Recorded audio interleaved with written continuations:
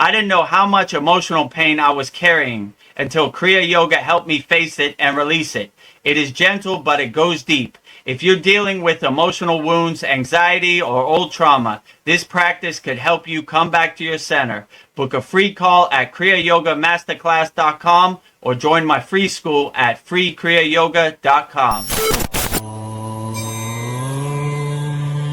Kriya Babaji Namo.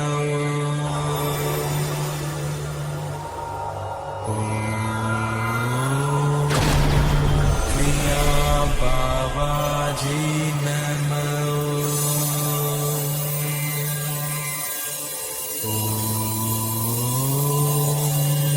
Kriya Babaji Namo.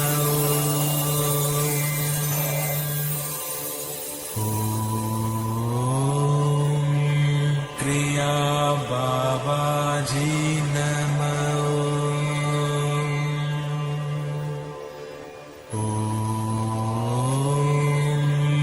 Kriya Babaji Namo.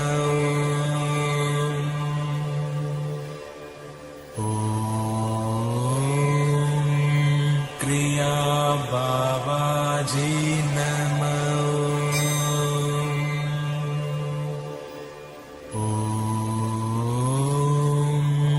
Kriya Babaji Namo.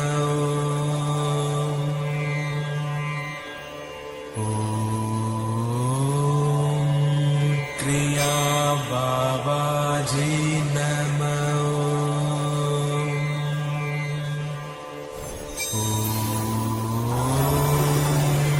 Kriya Babaji Namo.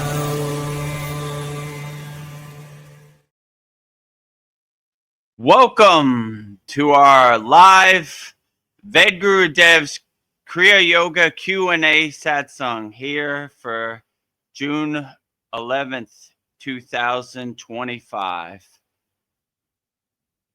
We will be starting our Q&A Satsang right now. So if you have any questions, put it in the YouTube chat. As always, please subscribe to Vedagurudev YouTube channel. We're trying to get over 1,000 subscribers so we could be monetized. And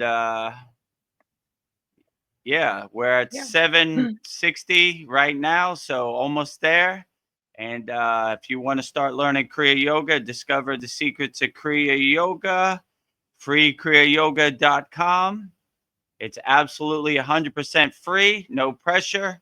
If you're going through something right now and you think Kriya Yoga could help, book your call, kriyayogamasterclass.com. And that's 100% free. Also, I will go on the call, try to help you solve all your problems. So we are joined by our favorite guest here at the Kriya Yoga School, Veronica. How you doing today, Veronica? Great. I know this morning we did the Holy Yagna fire. I went to work and then I just got home and here we are again. So it's fantastic. Yeah, so if you don't know, this right here is our Yagna, where we burn up all of our Kriya Yoga School members' problems. It's a benefit for joining our paid Kriya Yoga School. They email in their problems and we burn them up. And actually, I think I uploaded a video where you could see us burning up members' problems. If you want to play that video for people watching our satsang so they can know exactly what this is. Oh, what a treat. Let me see. Where is it in media assets? Let me see. Yeah, it should say Yagna. I made like a 2-minute video just so you could see it. Okay. Our brother Tony Koo from Sacramento, California, USA, public. Burn in the Yagna holy fire. Burn away all subconscious beliefs, programs that no longer serve me. I have no longer identified or attached to any past beliefs. Lack, unworthiness, guilt, fear, judgment, past ego, attachments, doubt, negativity, and resistance. Burning all Tony's problems in the holy Yagna fire. Jyoti, Jyoti, Jyoti, Soyam. Jyoti, Jyoti, Jyoti, Param. Swaha. Next. So that was a couple hours earlier. That's exactly what happened right here. So when you join our paid Kriya Yoga school, you send in whatever health problems, money problems, family problems, emotional problems you have, and I burn it all up in the holy Yagna fire every full moon and every new moon. So that is a benefit for joining our Kriya Yoga School Masterclass. But these other ones are completely 100% free. Make sure if you enjoy the value we give here, join, subscribe, Vedagurudev YouTube channel. Join our free Kriya Yoga School, 100% free, no pressure, freekriyayoga.com.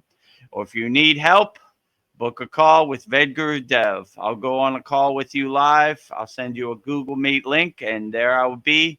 We'll try to solve your problems to see if Kriya Yoga is a good fit for you. So without that said, let's get started into our June 11th Vedgurudev's live Kriya Yoga Q&A Satsang. What do you think? Should we start with Purna Sudhi first? Yeah. Yeah, let's do that. I think that's a great way to start. And then we'll just get the roll ball. We'll give you some free benefits to start your day. So if you don't know how to straighten your spine, imagine a string on top of your head. Pull that string up, shoulders back, chest expanded. Slowly and gently close your eyes. Inhale through both nostrils. Exhale through both nostrils.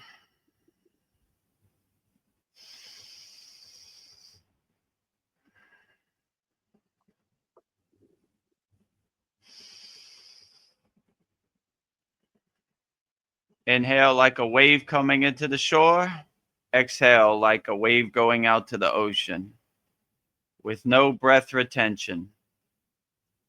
If a thought comes into your mind, just witness it, acknowledge it, detach, and let it go. Be aware of your breath. Be aware of your body. Inhale the new fresh air through both nostrils. Exhale the old stale air through both nostrils.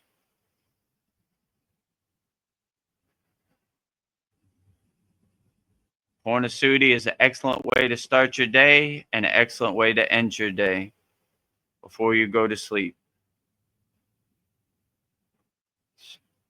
It's real easy. You just sit on the side of your bed before you start your day and inhale through both nostrils and exhale through both nostrils as deeply as possible with no breath retention. Just letting the prana and the energy flow up and down from your root to your crown, from your crown to your root.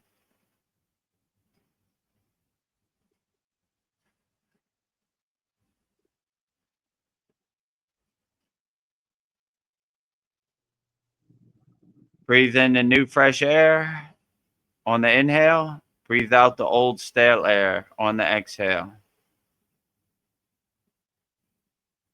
Slowly and gently with no breath retention. If a thought comes into your mind, just witness it, acknowledge it, detach, and let go. Be aware of your breath. Be aware of your body.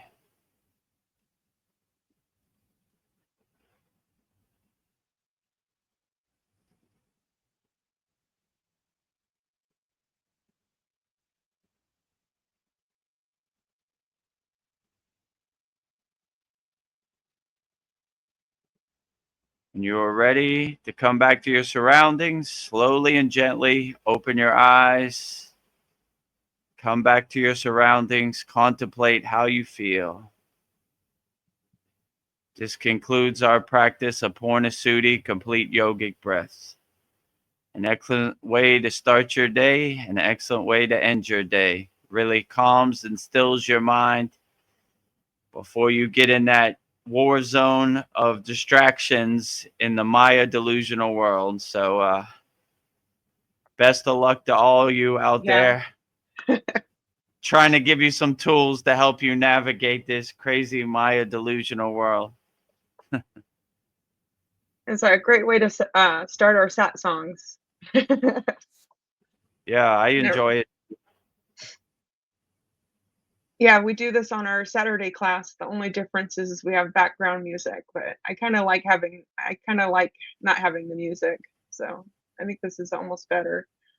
Yeah, we don't want to get a copyright strike from Yeah. YouTube for playing their No. music. So that's why we don't in our class we have the music, but in here we don't have the music. Yeah. So Well, we have a couple comments. So we have great. Joe Kansas. He was with us this morning, and here he is tonight at our satsang. It says, "Namaskar, Gurudev and Veronica. Namaskar." Namaskar, Joe Kansas. He was there last night when we burned up. He's a member of our paid Kriya Yoga School, Kriya Yoga School Masterclass, and we burned up all his problems in the Holy Yagna fire extra last night. So hopefully those problems dissipating and dissolving and no longer serve you. Our brother Joe Kansas. Yeah. So thank you for joining our weekly live Q&A satsang. Then we have Paul. Paul says, "Greetings, fellow Kriya yogis. Dang, missed the Yagna ceremony. Wish you used me as the example. LOL." Oh yeah, I was gonna use myself, but the camera was kind of blurry, so I just chose Tony. Yeah. Next time I'll use you, Paul, or if you want, I'll edit you in. But your request is private, so it's not a good video because it's like Joti. Well, let's just contemplate that. And then Paul says you're kind of blurry, Vedagurudev. I guess you are.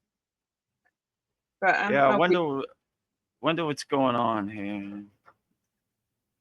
I don't know. It seems like it wants you up close. I mean, I did it this way. Does that look clear now? Yeah. Oh, it's a light. So yeah, it does. Like it doesn't. A movement behind you. It doesn't like the light. Yeah. Or maybe it's because the fan is moving.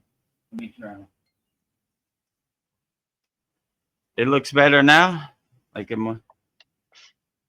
Yeah, you're still a little blurry. I don't know. As soon as you like walk close, it doesn't seem like it likes you in the background. I don't know. Gosh darn. This is exactly the way we did our Yagna yesterday. Let me try to get closer. Does it look better now? Yeah. Yeah, now that you're closer, you're more in focus. Maybe it's trying to focus on something else. I should put myself more in the middle. It looks better now, or? Yeah. Yeah, I think, you would look a lot better than you did before. Maybe there's some smoke or something on the lens from last night's Yagna. Let me see. Does it look better now? Yes. Okay. All right. Maybe I gotta make it focus somewhere. All right. Here we go. Trying to do it better. Yeah. We just pivot and refocus. Oh, and then Paul, we were talking, he was asking about him being used as the request. He says, "Good point." Yeah.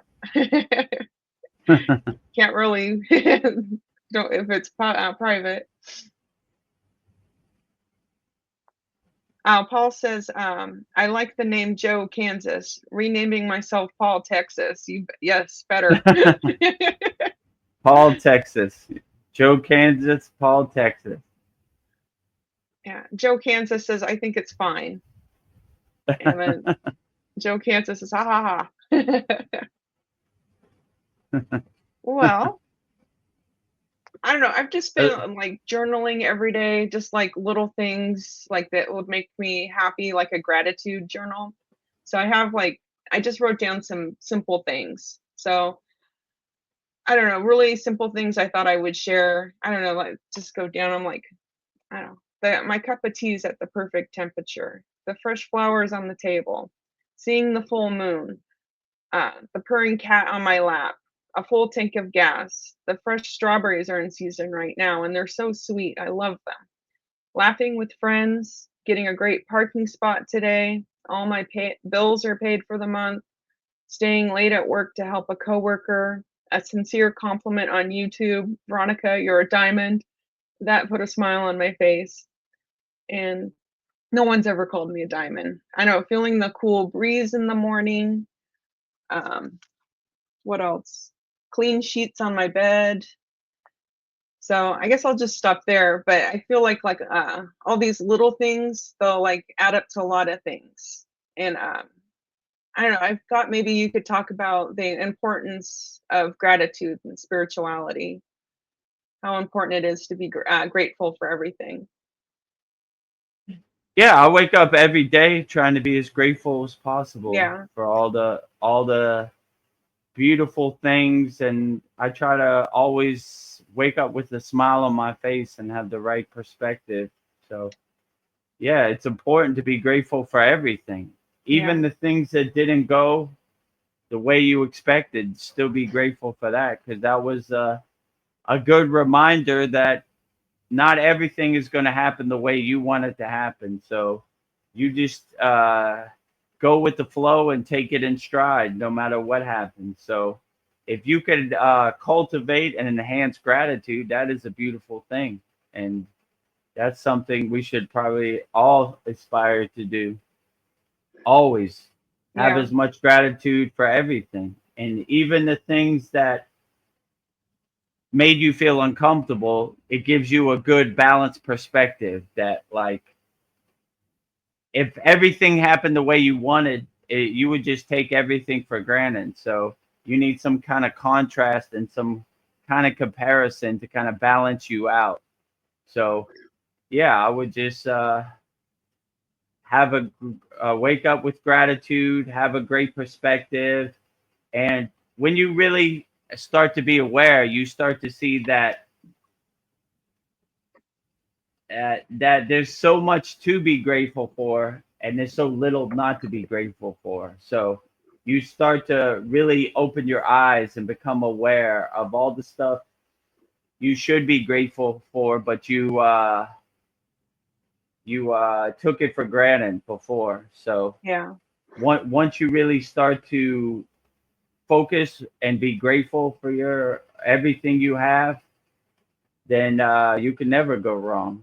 So I would say always be grateful for the things you have, not the things you don't have. So that's the way I like to look at it. yeah. Yeah, and then I was thinking, how hard it is when you're in like great pain and suffering and still be grateful. I was thinking that is a great soul that you have all these health challenges, you're in so much pain, and yet, like your spirit, you're still like grateful for everything. I think it's rare to be grateful when you're in that much pain. Yeah, it takes a lot of mastery and a lot of work when you're in pain to be grateful. Like I understand, because that your monkey mind feeds on that pain. Yeah, Like it really leans into it. So when you're in a painful state, it's extra hard to meditate or get in the right mindset to be grateful. So I would say the first thing you should try to do is just try to dissipate your pain as much as you can, and not try to focus on it. Because when you focus on your pain, you kind of go down that rabbit hole, and it kind of drags you down. And it's very hard to like meditate or keep your mind in stillness, or breathe properly, because you're constantly focusing on that pain. But it just takes a little bit of practice and a little bit of work, and hopefully the tools we give our paid Kriya Yoga School members are helping them overcome whatever pain they're having in the present moment. So But yeah, Yeah, it does take. I'm not gonna live in a dream world. It takes some work, and but like my guru used to say, when you could overcome your pain that you're really going through, it's a great opportunity to see how far you've made spiritual progress. Like he would say, anybody can meditate in a cave in the Himalayan mountains, but real mastery comes when you can meditate in the middle of New Delhi or in the middle of New York City in Times Square. So it's the same with pain. Like when you have the opportunity to dance with pain, that's when you really see your inner mastery. Like, okay, I'm climbing this mountain.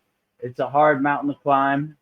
It's painful, but I'm gonna do my best to get to the top of this mountain and do the best I can.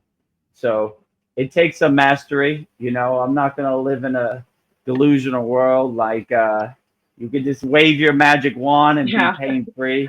It takes a little bit of work, but once you know the roadmap or the blueprint to solve your pain, then it's anytime you do have a state of pain, you have the tools to overcome that pain. So it takes a little bit of work, but hopefully we give our Kriya Yoga School Masterclass members a good roadmap and a good step-by-step guide. And that's why we try to give as many tools as possible. Like, I don't know how people feel in their body, so I want to give so many tools that something has to work. So that's why we have hundreds of Kriyas in our Kriya Yoga School. Because if I give you one Kriya and it doesn't resonate with you, you're probably going to stop practicing Kriya Yoga. And you're going to say, Vedagurudev doesn't know what he's talking about. Kriya Yoga doesn't work. So we try to give a huge buffet of hundreds of Kriyas.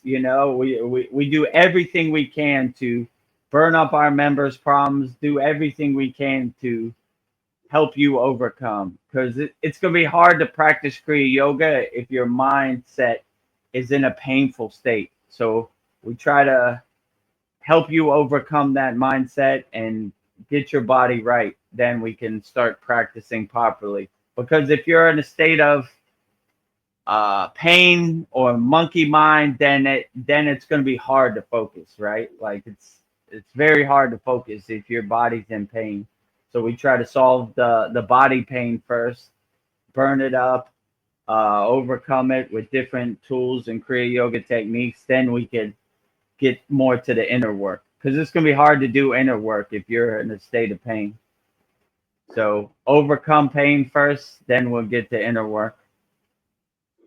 Yeah, I think that the Purna Sudi that we did at the beginning, I think that was just like a small taste that you could give people to help them calm the mind, just being able to let go of things. I don't know. That's a really powerful thing to do. And in the school, there's so many things that practices you have to like help you calm the mind. So I guess like what you said, whatever works for you.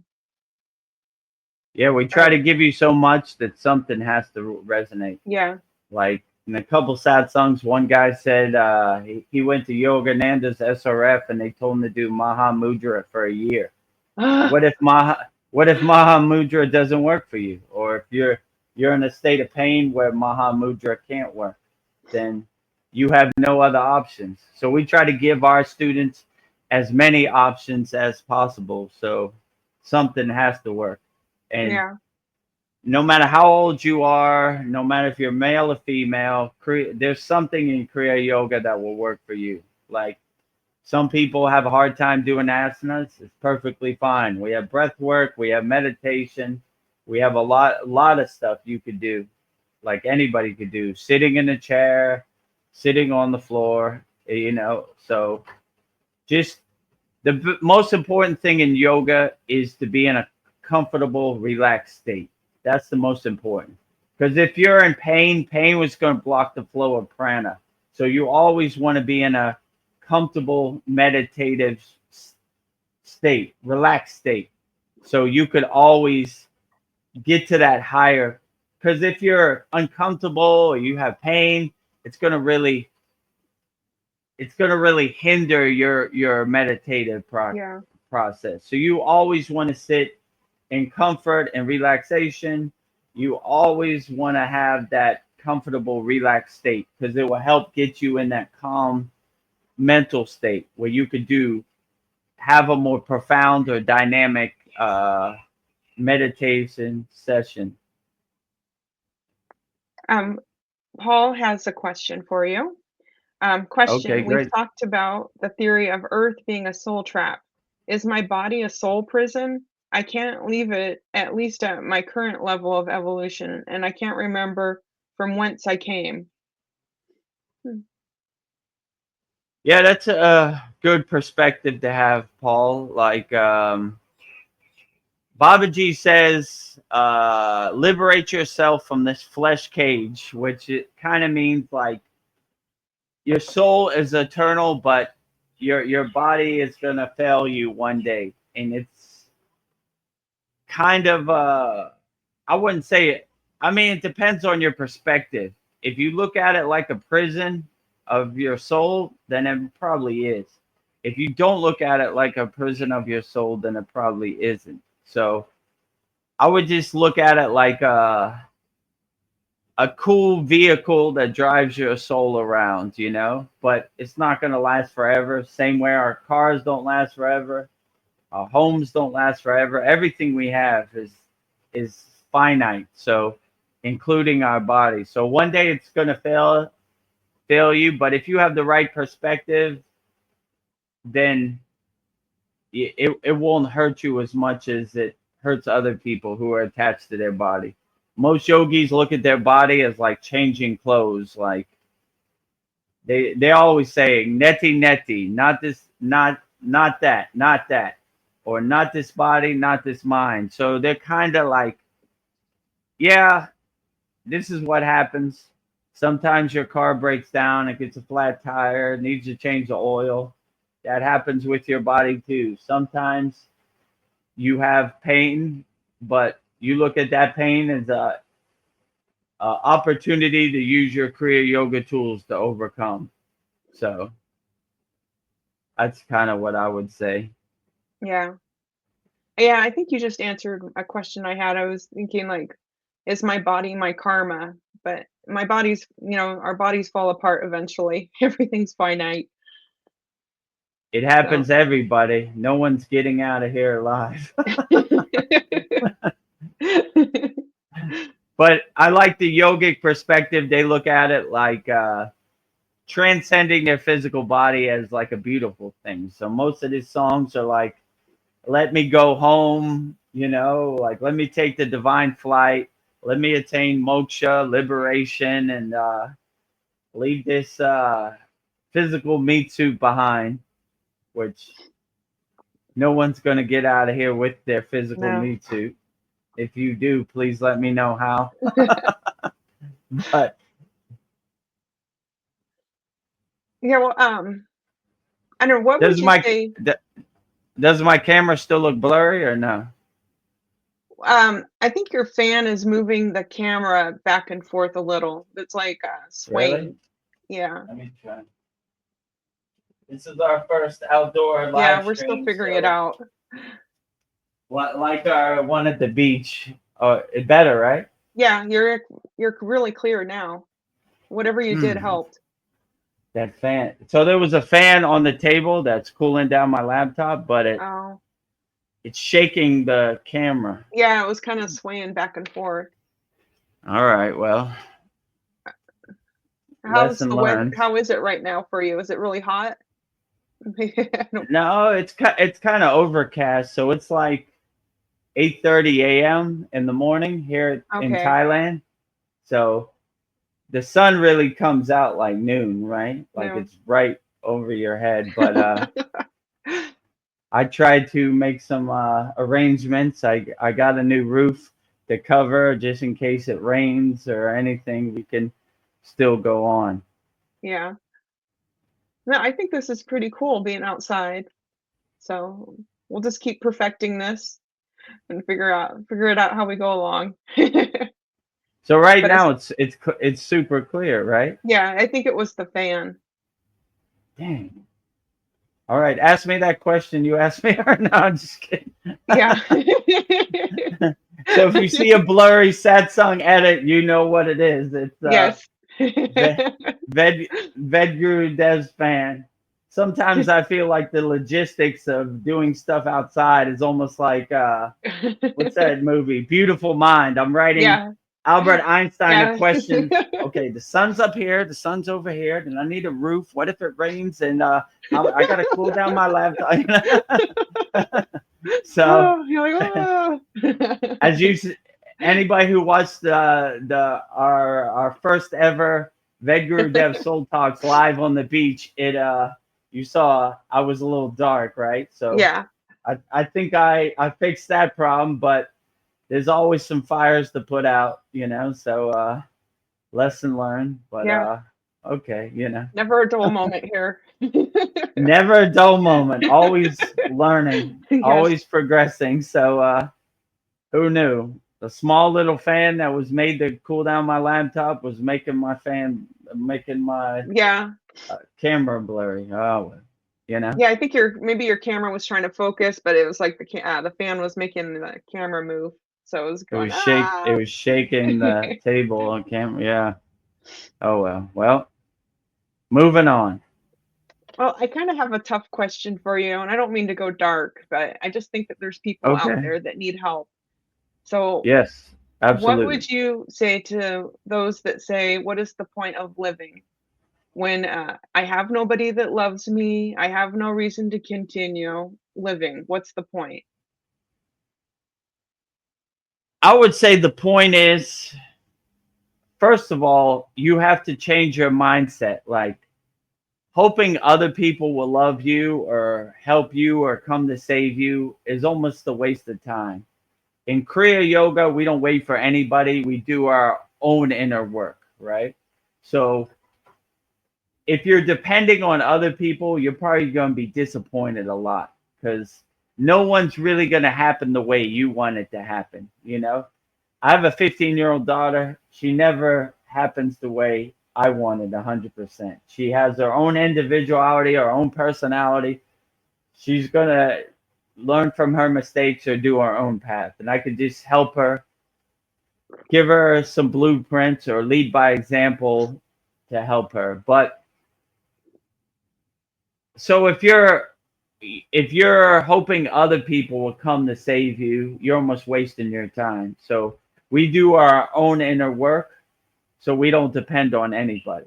No matter what the Maya delusional world does or anybody does, it doesn't matter because we're aligning ourselves with the divine or God or Babaji ourself, right? So we don't care what other people think because they really don't matter. It's Yeah. a individualized personal thing. So if you're hoping somebody else will love you, you have the wrong mindset. You do whatever you want, and if people want to come along with the journey, then that's fine. If they don't, it's okay. But it doesn't change how you have a perspective.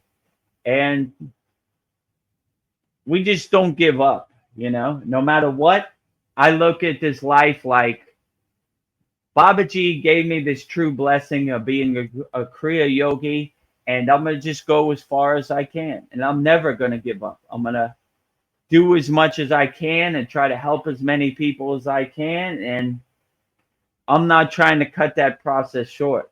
The enlightened beings, the Cetas, right? They were masters of alchemy and medicine. And the reason they did this, because they wanted to live as long as possible so they could get as far down the road as possible. Because in the yogic tradition, they believe when you reincarnate, you pick up where you left off. So you want to go as far as you can, and you don't want to stop short the process, right? You want to go as long as you can and try to get as far down the path as you can. Because if what they say is true and you reincarnate where you left off, you'll be leaving off in a better place, And yeah, I understand it's hard out there, and there's so many distractions and so many things to bring you down. It's a total war zone. It's a total minefield out there. But if you have the right perspective, like no matter what happens, I'm not gonna give up. I'm gonna do the best I can and heal myself the best I can and try to use the tools to dissipate my pain as best as I can. And no matter what happens, I'm never giving up no matter what. So yeah, I would just go as far as you can. Realize that this is a highly personalized and individualized path.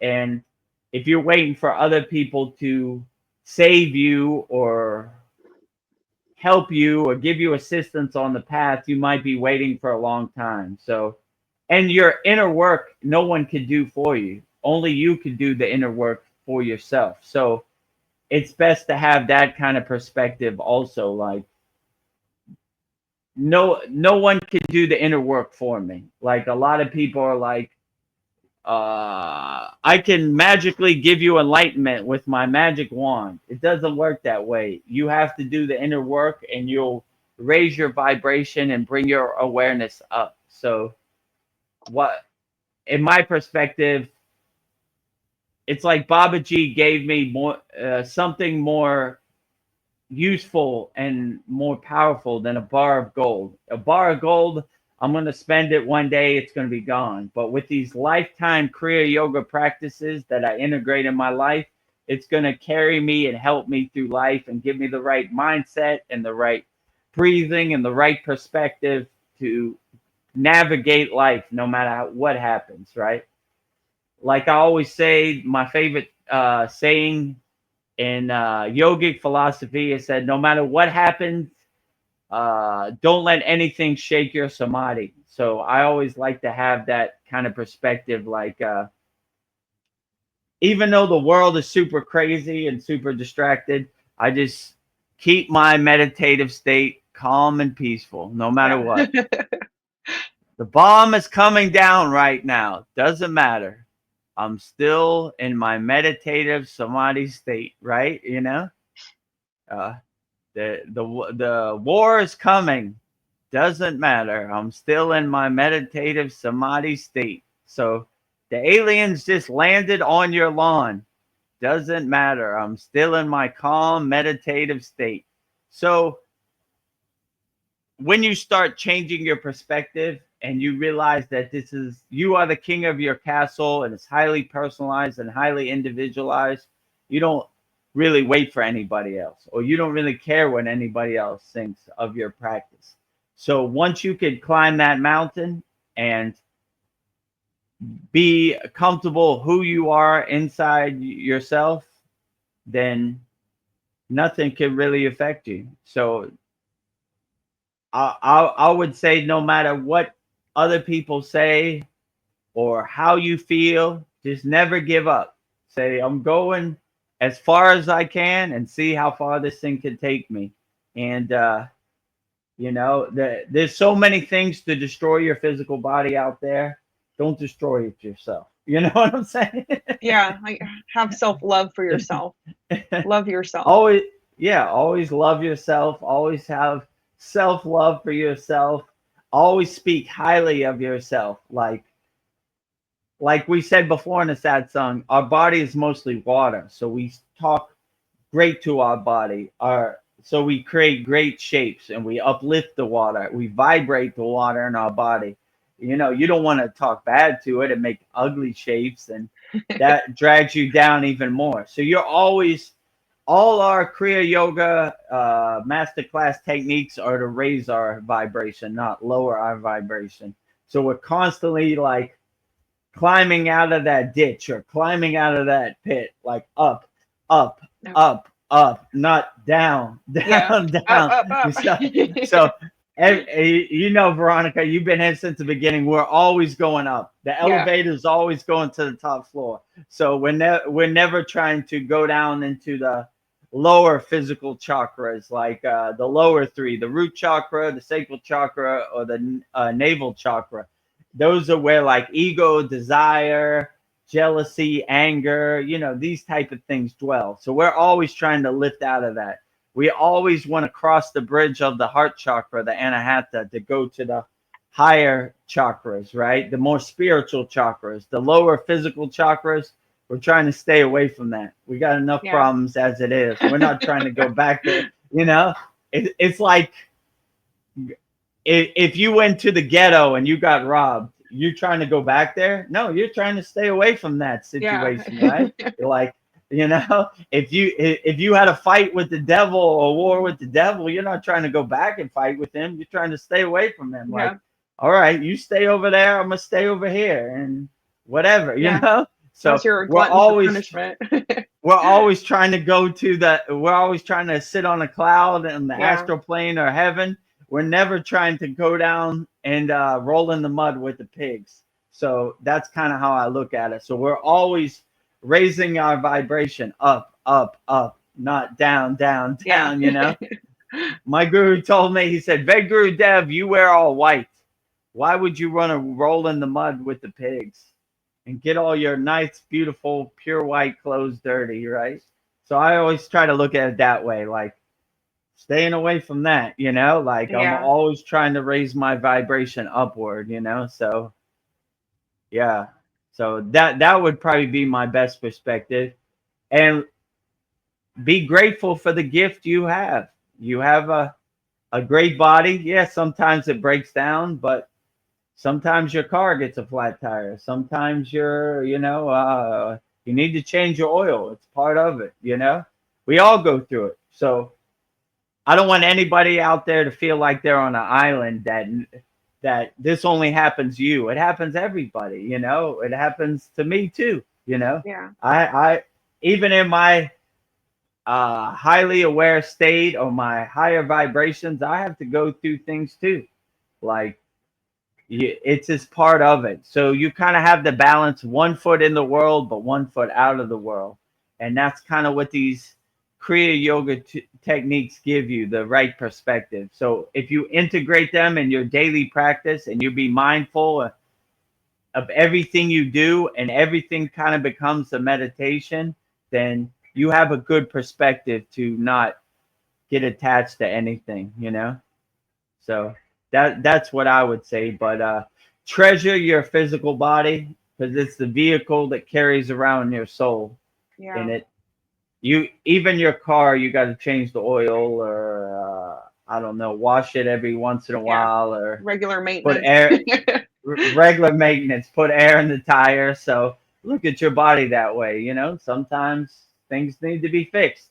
It happens. But if you have the right mindset, you'll tackle it better. If you're like Chicken Little and you hide under your bed, why the sky is falling, why this happened to me, it's going to make it harder to come out of that pit, that painful pit. So just have the right perspective and like, all right, that's what we're doing today. Let's dance. I'm ready for it. And you look for the opportunity to dance as much as possible. We got jokes back here.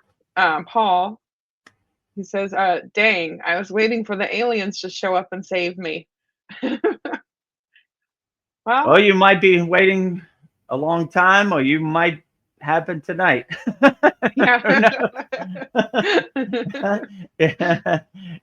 Yeah, don't wait for the aliens to save you. Save yourself. Yeah. And you want to have a good perspective, an unfearful perspective if the aliens do come, so you don't scare them away, Like, this guy has good vibrations. Let's stay and have some tea. Or this guy's in a fearful state and he's scared of us and we don't trust him. We don't know what he's going to do. Let's get out of here, So have the right vibration. So even if interstellar beings come and visit you, you're on the same frequency with them and you could relate to them. Yeah. We have Sandy, our regular. She says, hi, beautiful souls. What a great view. Hello, Sandy.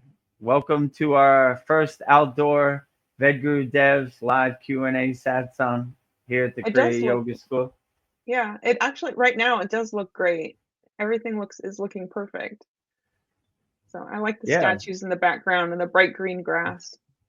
So. Well, we're trying to put out fires. It was a little blurry in the beginning, but we figured out that one of the fans were vibrating my table and shaking my camera. Does it look straight or it looks a little off? It's hard to tell. Yeah, straighten it a little bit. That looks better, right? Actually, yeah, it just needed a little tweak, I think. But Okay. Yeah, I try to move closer. Maybe I should move back again. can you read the screen? Yeah, I can see it. Because I need your help with this next comment, reading it. I know he says, Teeny Tapara, please accept my humble. I think I don't know. Can you read the rest of this? Let me see. I'm a little. Oh. Obeisance. Your Goonie looks super bright, my G. I really like the selection of Ramayama. Diorama? Yeah, diorama. Well, I'm not kind of sure what he's talking about, but so a Dooney is the fire pit, the Yagna. So Okay. he's saying he likes my Dooney. Oh. My G. That's kind of funny. He's I like think you get a using thumbs up. yogic terms, but he calls Yeah. me my G, right? So in the streets, but not of the streets. Like you're a gangster, a guru. Guru gangster, Ramayana Dorirama. I'm not sure what he's talking about, but yeah, I appreciate it, Yeah. Teeny. If you could elaborate, that is Goddess Lakshmi Devi, the goddess of infinite abundance. That is Lord Shiva, pure consciousness, and that is Lord Ganesha, the remover of all obstacles. So maybe he thought one of my statues was Ramayana, but Ramayana is great also too. So Sri Ram, Lord Ram. So Sandy says you're the freak Ria Yogi G. Oh yeah, maybe Freak Sandy Ria. posted that. Somebody posted freak yoga, and started laughing on one of the videos. So I thought that was Sandy too, because I remember her saying that free Kriya yoga looks like freak yoga, right? Freak yoga. It's all good. No freak yoga here. Kriya yoga's for everybody. So no yogi or yogini left behind. Oh, Sandy sends us a heart with wings. Beautiful. I don't know. And then Paul says a diorama is like a display. So yeah, I guess he was commenting on your display. Oh, that's good to know. I didn't know diorama. Yeah, my like we said in the beginning, last night, a couple hours ago, we did our Yagna fire. So this is where we do our Duni, a Hama, a Havan, a holy Yag. Last night we did a full moon holy Yagna fire for the full moon. So when you're a member of our Kriya Yoga School Masterclass, they email me their problems. I write them on a piece of paper. Then I burn it in the holy Yagna fire, so it no longer serves you in the present moment. So this is a benefit of being a member of our Kriya Yoga School. We burn all of our members' problems in the holy Yagna fire. Swaha. Swaha. Yeah, Sandy says, yeah, it was me, LOL, that did the freak. Okay. Kriya. Yeah, I thought Kriya. I said that sounds like Sandy, freak yoga. Not free Kriya yoga, freak yoga. Yeah. Freak Ria yoga. Yeah. We're getting to know everybody. It's like a family here. We're one big collective family at the Kriya Yoga School. Zain Ahmed says, Namaste. Does Lord Ganesha represent Mother Nature or Mother Earth, That's or a good either? question. So Lord Ganesha mostly represents like removing obstacles and Lord of Success and kind of more grounding. So like earthing, grounding. Yeah, I guess you would say Lord Ganesha would represent that. When we before we say our mantras, we usually say Lord Ganesha first because he clears the obstacles to the other deities. So you always would say Ganesha first. So it kind of grounds you and kind of anchors you in your mantra japa practice or your puja practice. So I would say Lord Ganesha represents grounding, anchoring, centering yourself, aligning yourself before you start your mantra japa practice or your puja. And then uh, Teeny Tapado responds, when I was in middle school, we had shoe boxes that we turned into dioramas for book chapter descriptions for classwork. The deity reminded me of it. Okay, that's Oh, great. Yeah, so now I know diorama means like a display, which is yeah. cool. So I take no credit for this altar. It kind of happened the way it wanted to Yeah, happen, so I just enjoy it as much as I can, and I'm glad I could give it to other people to enjoy. So yeah. since we had success on our Vedagurudev Soul Talks live on a beach, which is every Sunday at 9 p.m. Eastern Standard Time, that we're going to be doing it live also. People like the outdoor aspect, so I said, oh, let's do it in front of our yagna also, so we could share all the glory and auspiciousness of Goddess Lakshmi Devi, Lord Shiva, and Lord Ganesha to everybody. Yeah. I love all your statues. I love that they're part of the conversation tonight. I feel like their energy is helping us. They got their prana mudra up, Yeah. the prana mudra down, Yeah. solar panel up to the sky, solar panel, receiving the prana from the energy. So They got both us covered. ways. They got us covered. They're collecting the prana. And when I do the yagna, you can see there, it looks cool because they're like getting the fire Yeah. energy inside them. And they're like, I would say, the jyoti, you're the inner flame, you become the flame, right? So you become the flame. So I like that perspective too. Like they're Yeah. getting the flame energy, the Agni energy to inside them as them. So they're collecting it also, right? Yeah, the only thing I miss is having Babaji behind you, but he's there in spirit. He's in the other Oh room. yeah. I forgot to put him out today. Yeah. Next one. Babaji is everywhere. Babaji is everywhere and everything. Sandy wants to know, is this your backyard? Yeah, this is my backyard.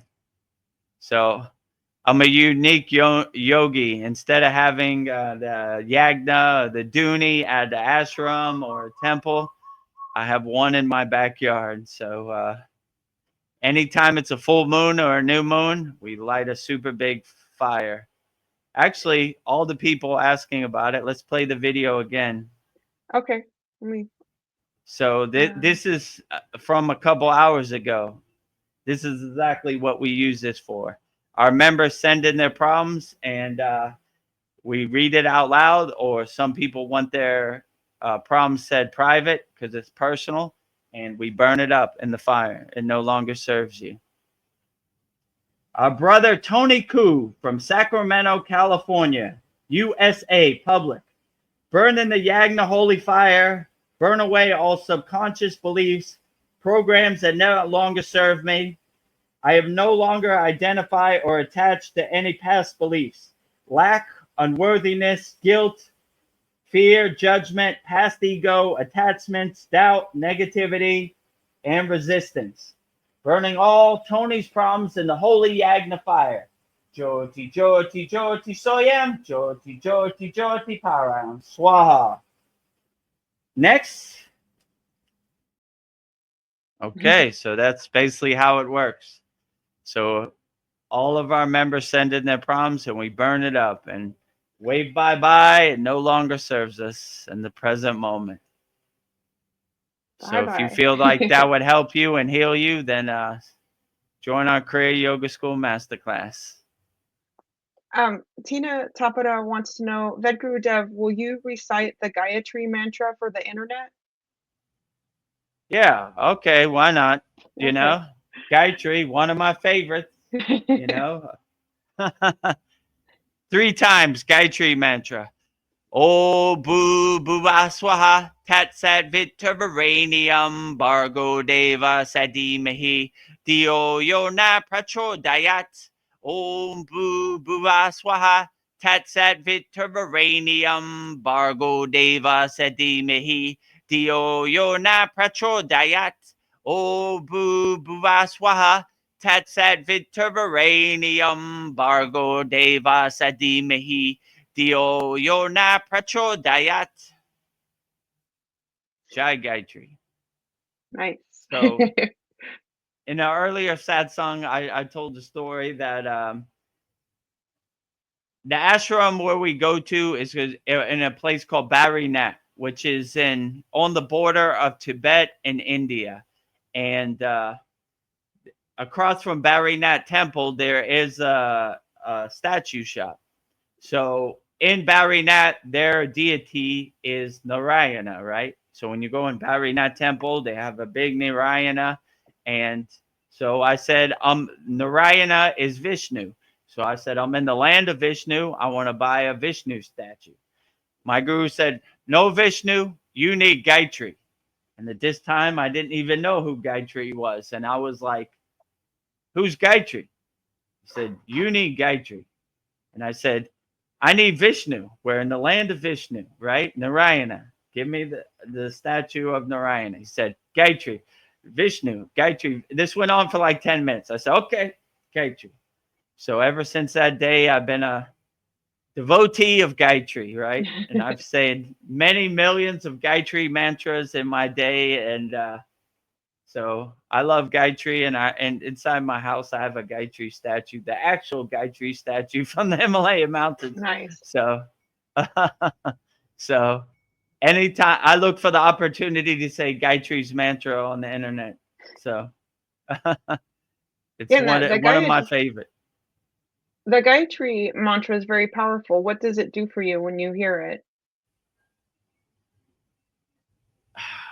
Well, the Gayatri mantra, the real meaning, it's kind of, how would I put this? It's like obtaining the divine light inside you. It's almost like a root param jyoti. It's Nice. like a pillar of light, or like sunbathing in the grace of God, right? Like these, how could I say it? These are kind of Hindu words of aligning yourself with God and connecting yourself with God and being the inner light, or the radio antenna vibrating God's signal. So that's kind of what it represents to me. I remember in another class, like a couple months ago, we talked about the Gayatri mantra, and I wrote down all the meanings, but it was something like that. Yeah. What resonates with me. It brings like a light to you. Yeah, it's the divine light inside you as you radiating. So yeah, that's what I would say it represents to me. Yeah. It always feels good hearing it. I like saying that one. I can't Yeah, I like explain it it, but I too. love it. Yeah. I didn't know I was the Gayatri lover till my Yeah. guru told me. Who knew? And many trekking and many yatras, many trips up the Himalayan mountains. I was the Gayatri mantra leader, so it's burned into my body, right? Yeah. It helped. When you have mantra diksha, or you have a mantra, it helps you overcome, because the Himalayan mountains are steep, the wind is brutal, The cold is brutal. There's 10 million rocks. So it helps to have a mantra in your back pocket that you sing wholeheartedly, so it keeps your mind off the elements. Yeah, So many Gayatri mantras have helped me get through the day many times and climb many steep summits. definitely. Yeah, something to do to keep your mind off, like if you're doing something mundane, like washing dishes or yeah, it's a And lifesaver. we do two type of mantras. We do out loud mantras and we do internal mantras like Shakti mantras. So even though I'm not saying Gayatri's mantra out loud, it's kind of I'm saying it internally. It's like a background 24 hours a day loop Mhm. at the soundtrack of my life. So even though you wouldn't hear me, it would still be in my background getting me through the day. So Nice. yeah, Gayatri mantra is a excellent one. So Well, we've got comments building up, so we'll just go through them. Um, Teeny great. Tapita, he wants to know, what about the diet, Guru Dev? Is meat eating MK Ultra or what? I mean, I have a different perspective. So when I was in the Himalayan mountains, I eat all vegetarian, right? But there's really no rules or guidelines of what you should do. I would say you know your body better than anything. So you shouldn't try to be like a Himalayan yogi eating lentils and dal all day, because even if I wanted to eat meat in the Himalayan mountains, it wasn't available. There's just some yogis have never eaten meat. So I would do what's best for you, and that would be the best way to structure your diet. Like if you get nourishment and protein from meat, it doesn't make you less of a yogi. It's just your personal preference.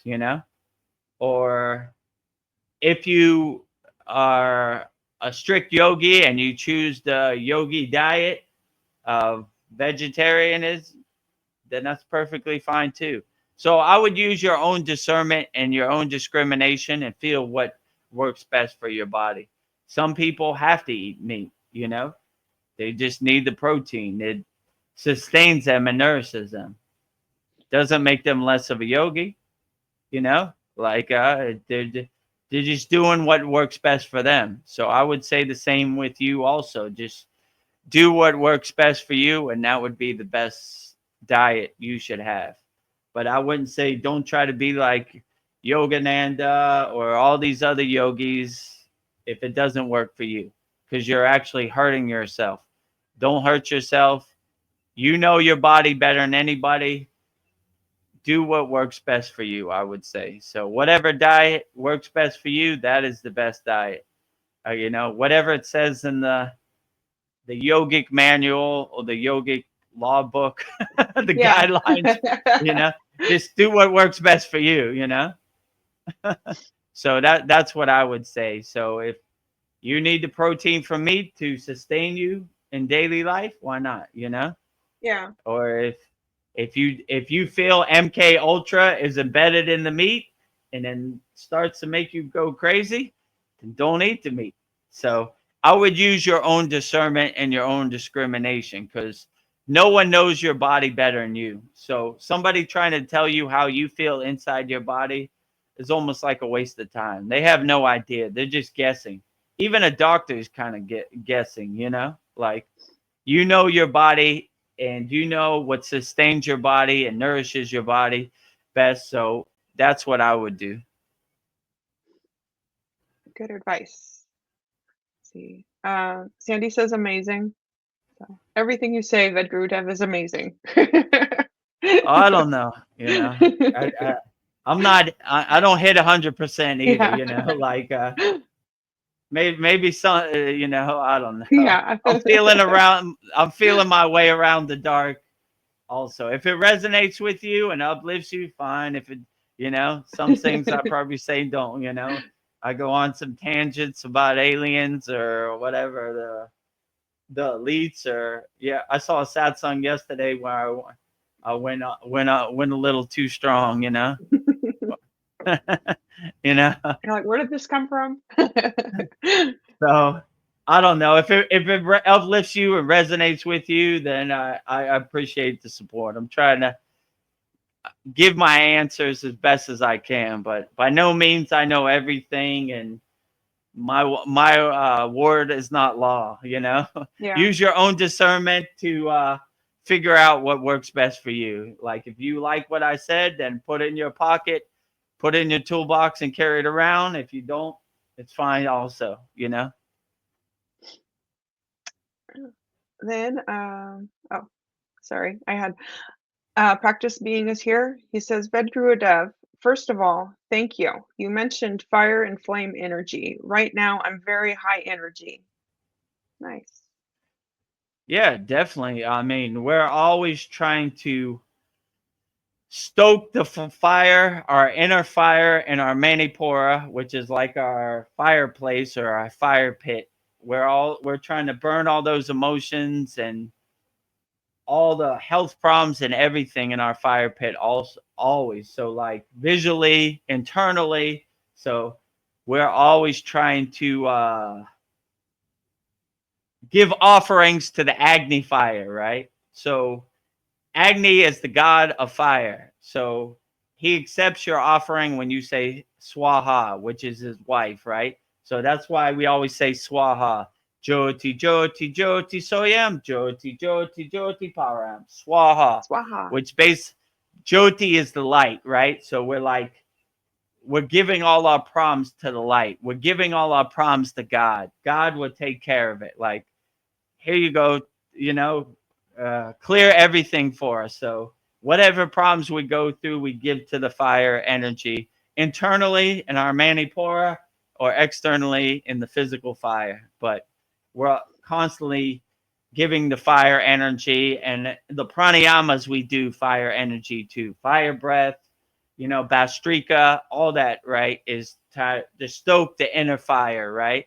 To really collect that fire energy in your breath, bringing it up, you know, so burning off all the negativity and everything. So when you start unblocking your chakras, I like the visualization of your flower opening and your black smoke going out, right? Yeah. Burning off all those blockages, burning off that resistance, burning off that obstacles, whatever it is that's blocking your door to God, burning it off. Let's get it all out, you know?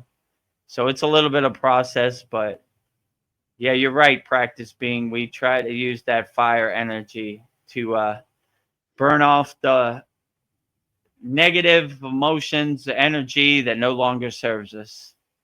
So we burn it up, watch it go up in smoke. Bye bye. Yeah. Yeah, I like the visual of the smoke lifting and just drifting away. It's like you can see like the energy leaving. It's a nice visual. So, Yeah, and you can see in our yagna, you watch your problems go up in smoke, and it yeah. gives you a good visualization that they no longer serve you in the present moment. You're carrying around a lot of baggage and luggage that you don't need, you know? So we burn it all up, right? Watch it go up in smoke. You think you need this? You don't need it no more. It's gone. So tomorrow when you wake up, it no longer serves you, right? It's gone. You burned it up.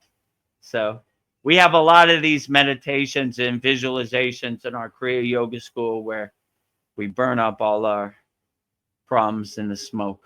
So that's a very profound way. But we, like I said, internal fire, external fire, we burn them all up. Yeah. Yeah, and Sandy says she does a similar thing with her mini cauldron sometimes. Yeah, you can do it at home too. Yeah, absolutely. You have a candle, whatever you're trying to get rid of, write it on a piece of paper, put it in the flame, watch it burn up. Mini yagna, you know? Yeah. I So can't wait. I need it now. all you need is a fire and a piece Yeah. of paper. Write it down. Yeah. write on the paper with the same intention that you're attached to it with, and just watch it go up in smoke.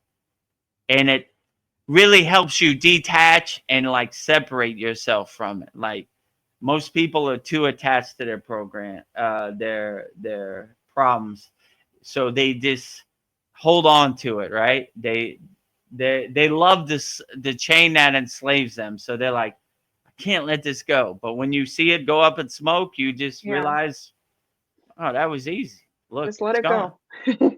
Let it go. It's gone. Wave bye bye. You know, in Thailand where I live, they have a lot of Buddhist festivals, and one they have that I like, it's called Loy Kraton. So they basically get like a floating flower, and you put all your problems on there, and you just float it out to sea. Bye bye, gone, right? So all your problems are floating out to sea, you know. Oh, beautiful. Yeah, so that happens in November. I like that one too, so it's good. Actually, we had one of those classes that I had a little water thing, and it was floating in there. So You I did. think I did it during the Yagna. So yeah, so that's a good Yeah. visualization. Put all your problems on the flower, watch it float out to the ocean. Bye bye, you know. Yeah. And then I have an interesting comment from you. I don't know, get your opinion on it. If Shiva represents pure consciousness, like the observer, then what is Lord Krishna represent? Heart consciousness is the same as Shiva. In Bhagavad Gita, it is taught to take actions. Yeah, so Lord Krishna is like in the heart chakra, they say unconditional love, right? So here's where you cultivate unconditional love, and you kind of detach from external circumstances. So it's not love in an emotional sense, it's more love in a universal sense, right? So like an overall love for all sentinel beings of any kind. So Lord Krishna, I would say, cultivates the heart chakra, the anahata, the unconditional love. Lord Shiva is more like pure consciousness, like universal consciousness, like beyond all comprehension. So that's more like eyebrow chakra or crown chakra, like becoming one with the universe, you know, like the divine oneness. You are God is you, and you are God. So like, but they all have like really auspicious qualities. So I would say there's no one size fits all. Like I love Lord Krishna the same as I love Lord Shiva. So they all have great qualities. They all represent, you know, universal love, self-realization, Satchinanda, you know, all the ultimate goals. So I would say I love them all.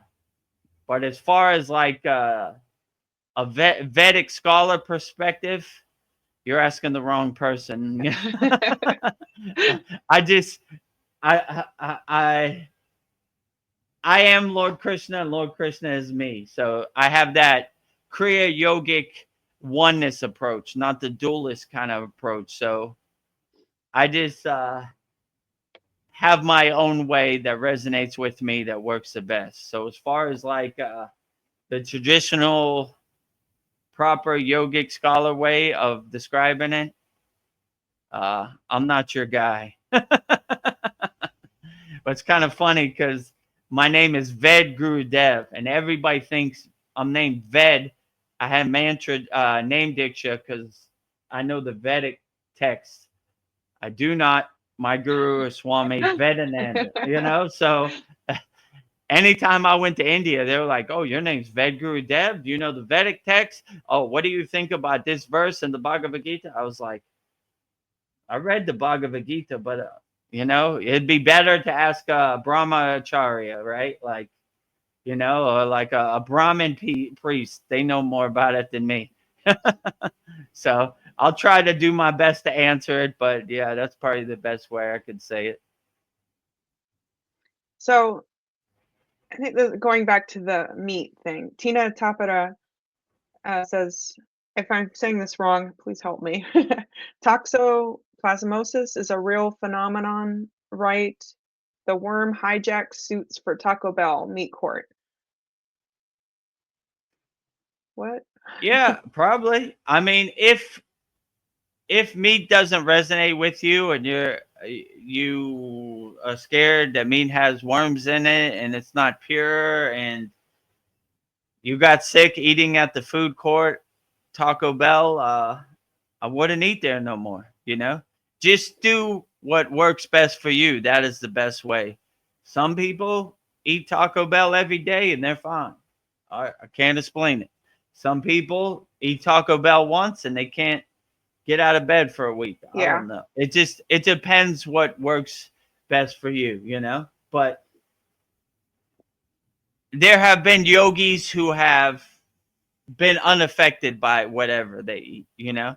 So I would basically raise your frequency, your vibration as high as you can so you can't be affected by any meat, any mainstream media, any psyop, anything. You have your shield up 24 hours a day. So if you want to eat some Taco Bell once a month, you're unaffected by it. If you want to eat M&Ms once a month, you're unaffected by it. If you eat M&Ms every day, you might be affected by it. So like I would just use your own discernment and know your body better than anybody else. So most people are lazy. They like to ask doctors, doctor, how do I feel inside myself? How would he know? He's just taking a guess.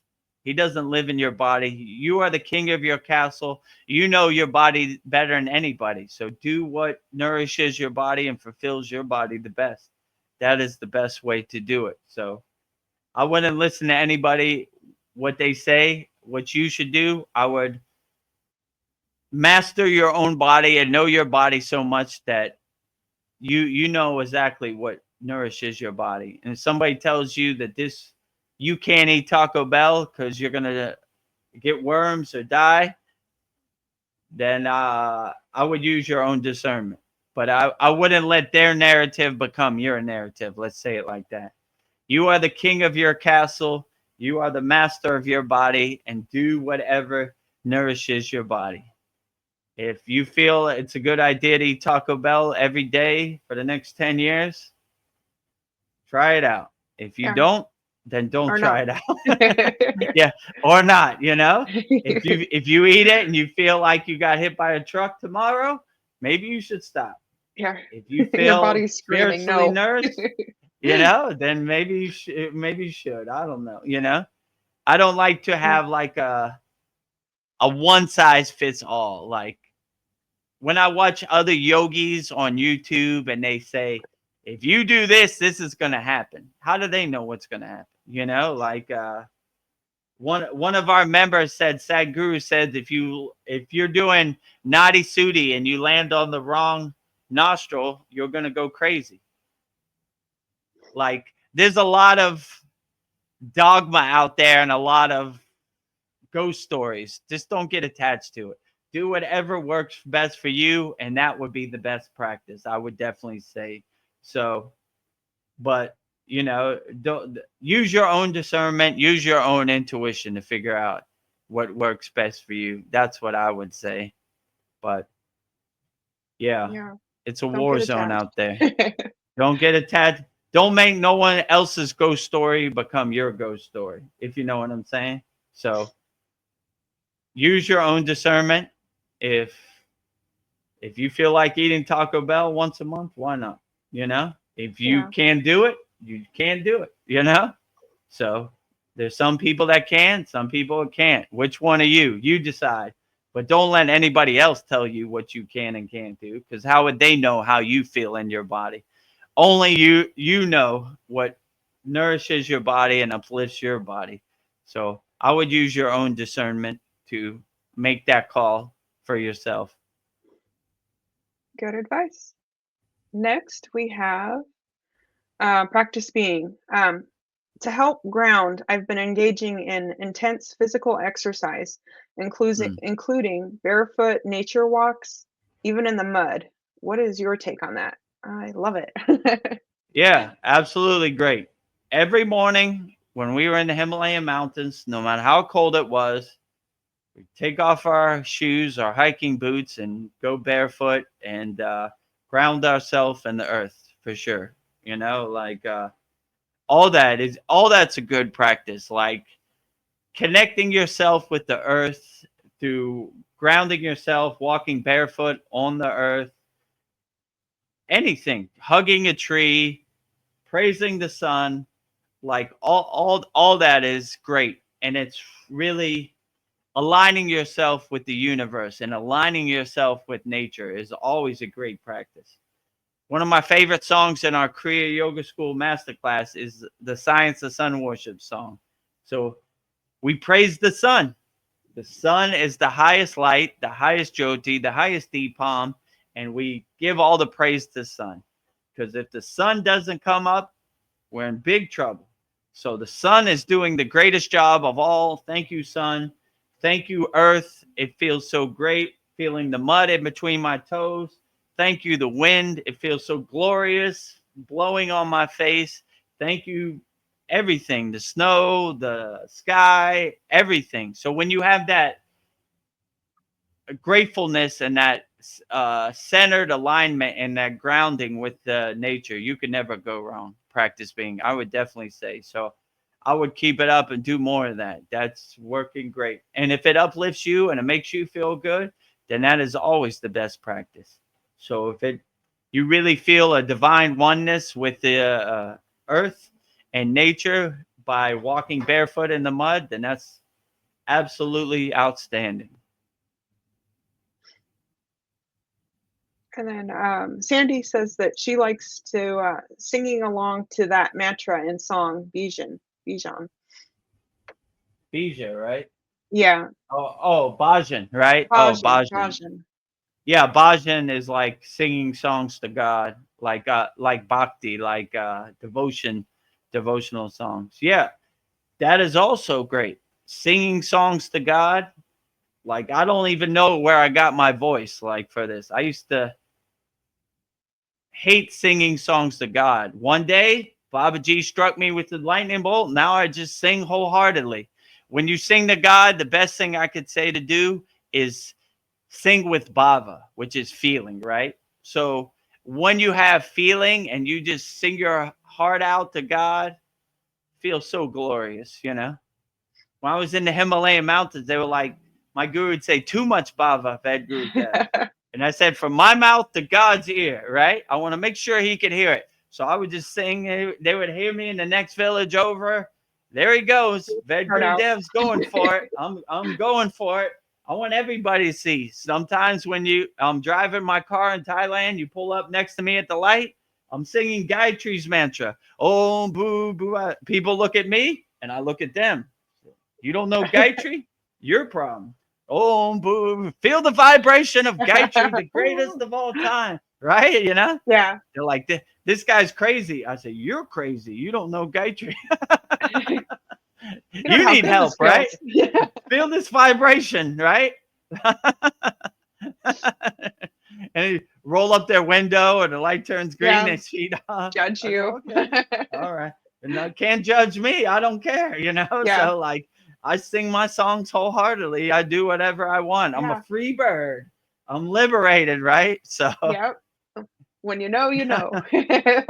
when you know, you know. That's why I like Kriya Yoga. I like to say it's the supreme science of Kriya Yoga because it's not like you don't take my word blindly for it. Test it, observe it, experience it, and know it, right? Once you experience it, you know it works because it uplifts you and makes you feel good, right? So I don't want you to believe anything I say, experience it for yourself. And with that said, everybody on here, please subscribe. Vedagurudev YouTube channel, trying to get over 1,000 Yeah. members. Uh, discover the secrets of Kriya Yoga, 100% free. Kriya Yoga, Freak, What is like, freakkriyayoga.com. yeah, freak. Now Sandy got that in my head. Now I'm messing up. Freakkriyayoga.com. Go there. It's 100% free. Join our interactive community, our Kriya Yoga family. It's 100% free. If you need help, book a call with me, Vedagurudev, kriyayogamasterclass.com. It's 100% free also. And I'll get on a call with you, and we'll try to solve your problems and help you overcome whatever you're getting in the present moment. Let me help you. Give me the opportunity to help you, everybody out there. And if you feel the value and you want to learn the real techniques, we have hundreds of techniques in our Kriya Yoga School. Every new moon and full moon, we have a bi-monthly Holy Yagna Fire, which we just did a couple hours ago. And we have a interactive class, which usually goes 2 hours every Saturday at 11 a.m. Eastern Standard Time. And we also have this Satsang, 9 p.m. Eastern Standard Time. Usually goes 4 hours. And we have a brand new Vedagurudev Soul Talks Saturday at 9 p.m. Eastern Standard Time, which goes like 3 hours. So got a lot of value. So please subscribe to Vedgurudev's YouTube channel at Vedagurudev. Getting close to 1,000. Yeah. So help us achieve our goal of 1,000 subscribers so we can be monetized, and you could buy us a coffee or super chat, whatever you want, donate to our movement. We have hours of videos to keep you entertained. I saw today it was like 350 hours of videos. We've had over 30,000 views. So every day we post a daily Babaji quote where I explain the Babaji quote in detail, and we use these satsangs and we edit them. So each question is a daily satsang video. So it's good. Yeah, I'll watch them and I'm like, man, that was like 3 weeks ago. That was a good conversation we had there. we have too many good conversations where we have a month backlog. Each satsang we have like 2-3 weeks of material. So it's a good one. I have a question from Paul. Paul says, speaking of full moon, do you think werewolves, shapeshifters, Dijon, how do you say that?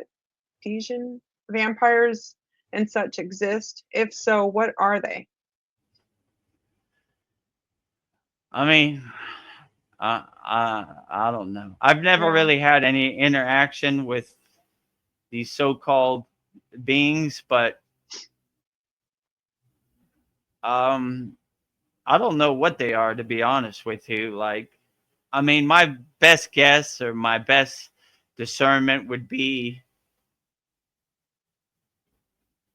there's some negative energy that's kind of trapped in limbo, but I don't know. I'm to the place of the mindset. If you raise your vibration so high, they don't come around people like us.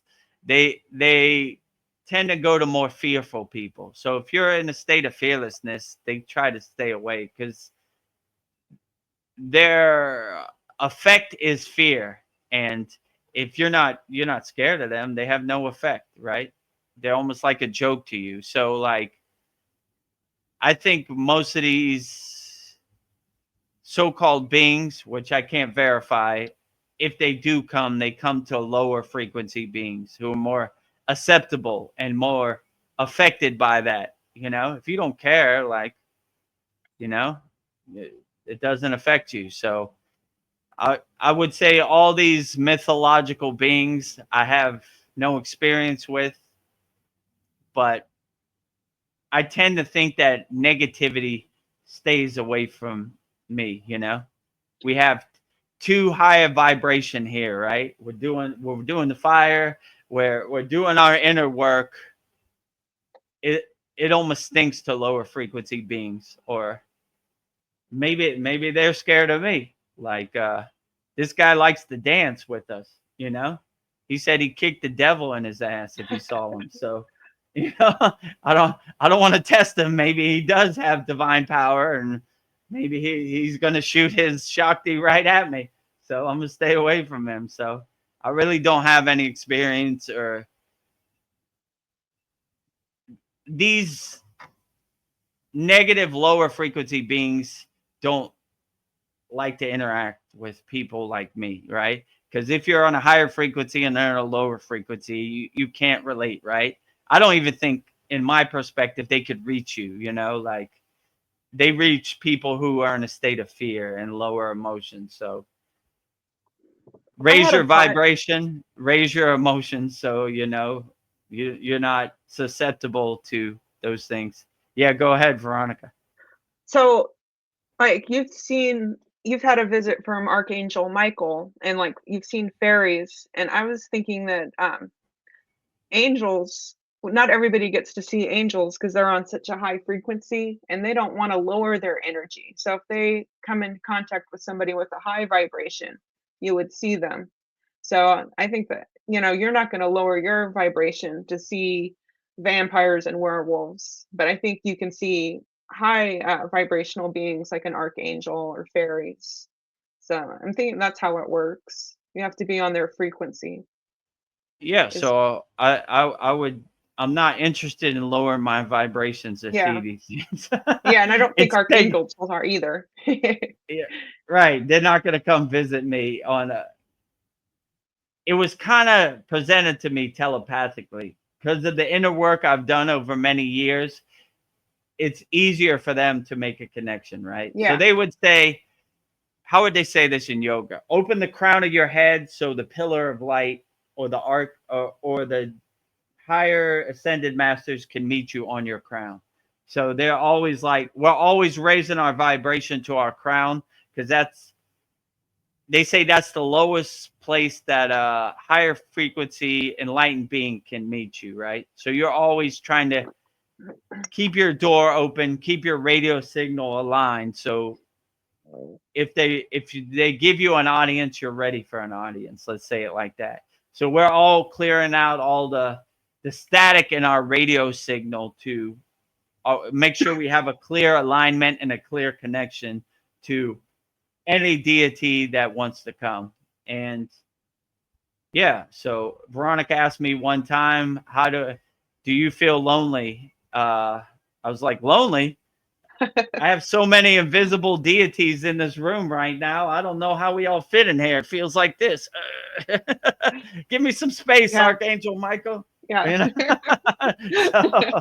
So, yeah. So when you align yourself and raise yourself to a higher frequency, it's a lot easier to get the connection. You know, let's say it like that. You know, and it's a lot less work for deities to make that connection, let's Yeah, say, right? So your door is always open for tea with any ascended master or spiritual guide or deity or devi, or whoever wants to come. So I would always say raise your vibration as high as possible so you could have these more spiritual insights or spiritual experiences.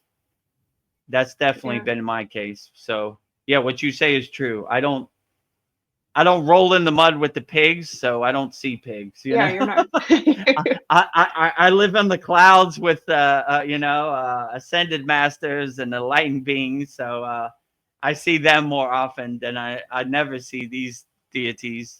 So all of our practices are basically like that, bringing lower energies up to higher yeah, spiritual energy. So yeah, we always try to no matter what we do, breath work, asanas, meditation, bhakti, mantra japa, we're always bringing our energy up. So I can't really have experiences, but I mean, if you stay in a state of fear, maybe you'll have an audience of that. I stay in a state of higher frequency, so I have an audience of higher frequency. yeah. You meet like-minded, energies. I have like-minded energy. Yeah.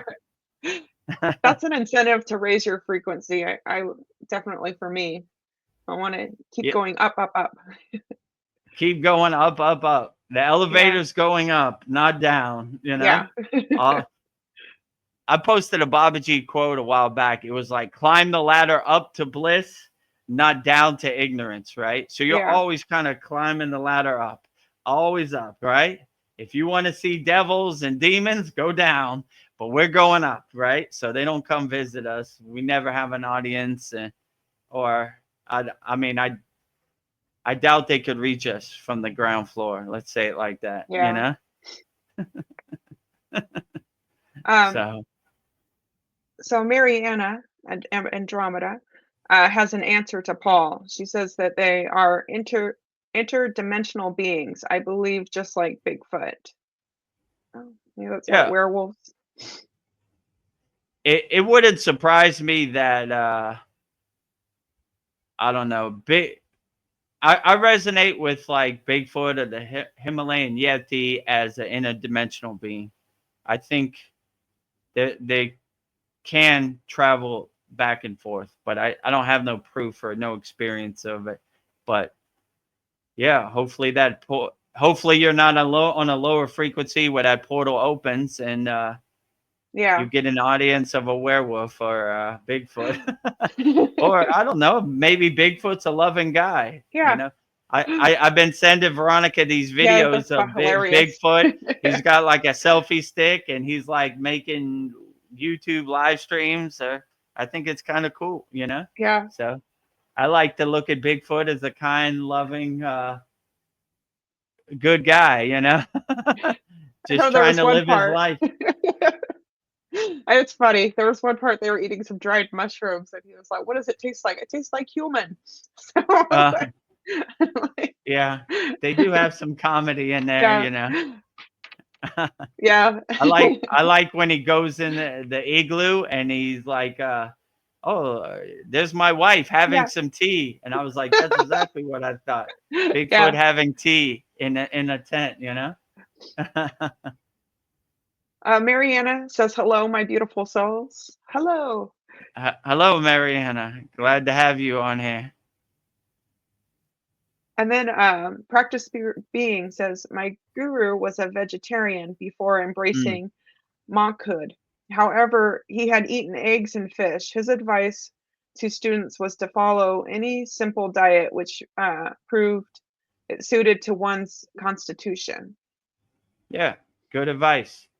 Whatever nourishes you and suits your constitution, then that is probably the best practice. Your guru sounds like a enlightened being, you know? Even though he was a vegetarian, that he doesn't force it on his devotees or his disciples. Do what works best for you and nourishes you and uplifts you and fits your constitution. Because everybody has a different constitution, a different body. So one size doesn't fits all. So I wouldn't put everything in one box. I would just use your own discernment and your own discrimination and see what works best for you. That would probably be the best practice. Then Practice Being says on page 123 of Autobiography of a Yogi, basically what Vedagurudev is saying, use your own discernment and discernment. So I have the book. I was going to see if I could find this. Uh, Oh but yeah, yeah, use use your your own own. discrimination and discernment.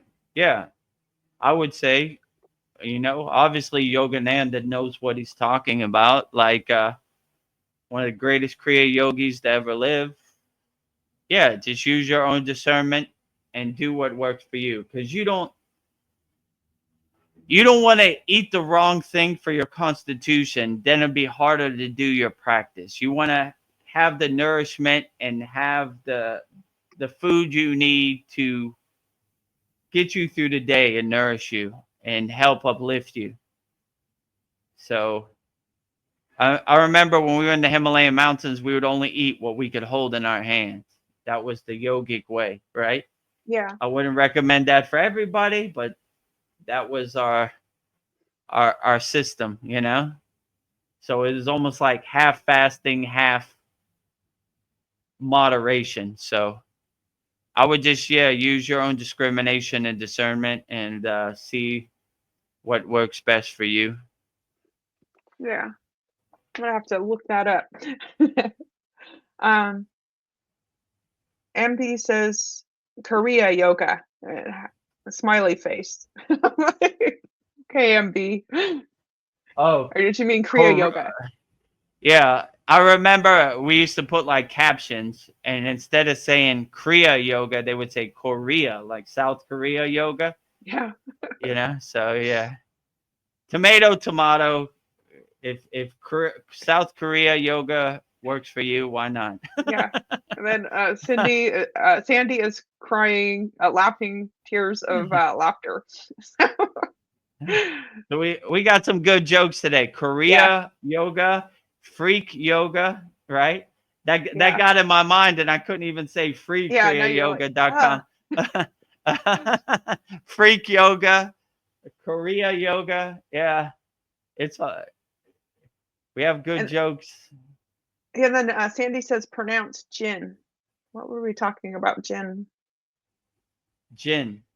Oh, it's probably like a demon or like a Oh, what lower Paul was talking about. Okay. monster or some kind of thing. Yeah, I think he said that before, like a jinn.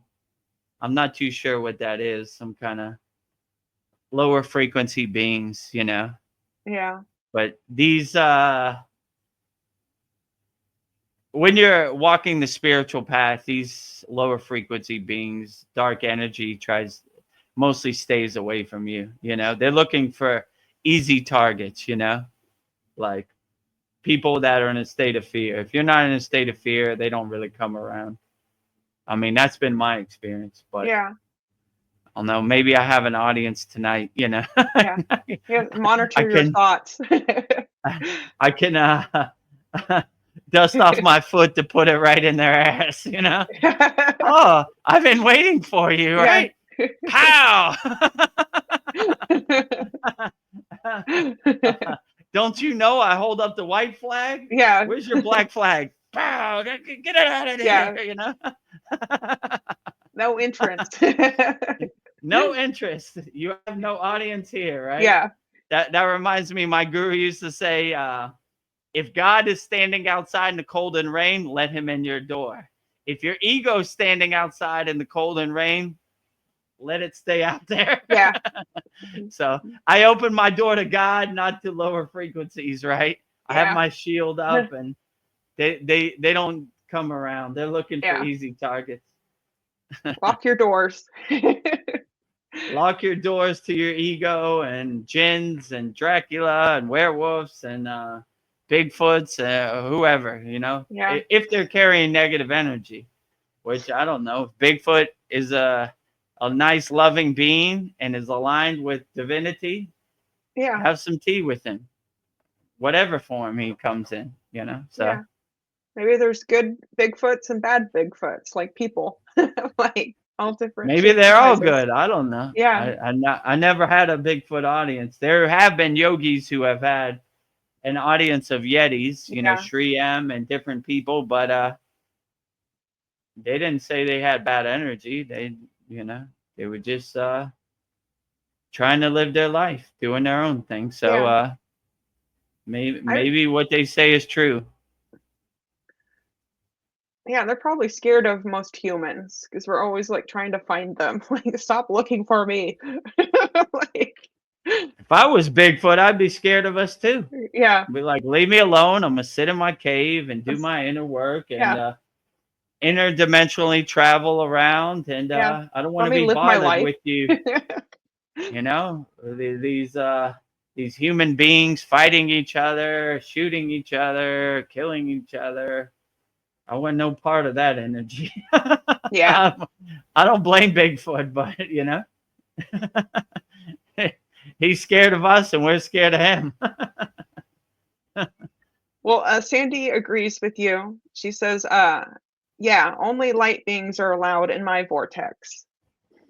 Absolutely. Yeah. Only accept light beings in your inner vortex And your inner vortex is your sacred sanctuary, your sacred space. So you don't want any of these lower frequency, dark energy beings following you into your sacred space, right? It's only available for enlightened beings, peace, harmony, love, compassion, all that stuff in your frequency. Nice. And Actually, then, while I'm saying that, I'm looking at the two birds right there. oh, I wish we could see that. They can feel your energy. Yeah, let me see if I don't want to get up because one's kind of coming. Maybe you see it. It's coming. It's coming. No, he turned around. It's like, not today. I don't want to get up because hold on. Let me see. I don't know if they flew away right when I turned it. Never mind. Yeah. That's okay. Yeah. Maybe So they'll come back and land on your shoulder. speaking of keeping your distance, right? Yeah. I like your energy, but we're over here and you're over there. Like, don't make any sudden movements. Don't try to get up. Just enjoy the view. Okay. You know? Yeah. It'd be cool to show everybody, you know. But long as you're vibrating peace and harmony and ahimsa, nonviolence, sometimes you have a cool audience of animals and birds and squirrels and everything. So it's cool. Yeah, I think that was just meant for your eyes. That's okay. I have to raise my frequency. Mariana says, I can't quit meat. I need that protein that vegan diet cannot replace. And why would I take pills or man-made supplements to substitute those? Yeah, no way. Yeah, so that's a perfect example, Mariana. She does what she needs to eat to sustain her constitution. She's using her own discernment, her own discrimination to nourish her body and, yeah, do what works best for you. That is the best way. You know, if you need meat to give you the protein to sustain you, that's perfectly fine. That does not make you less than of a yogini because you had some meat, you know? You need it to sustain. There's certain people that do need meat to sustain themselves. Why not? You know, do what works best for you. That is the best approach and the best way. Use your own discernment, use your own discrimination, and eat what works best for you.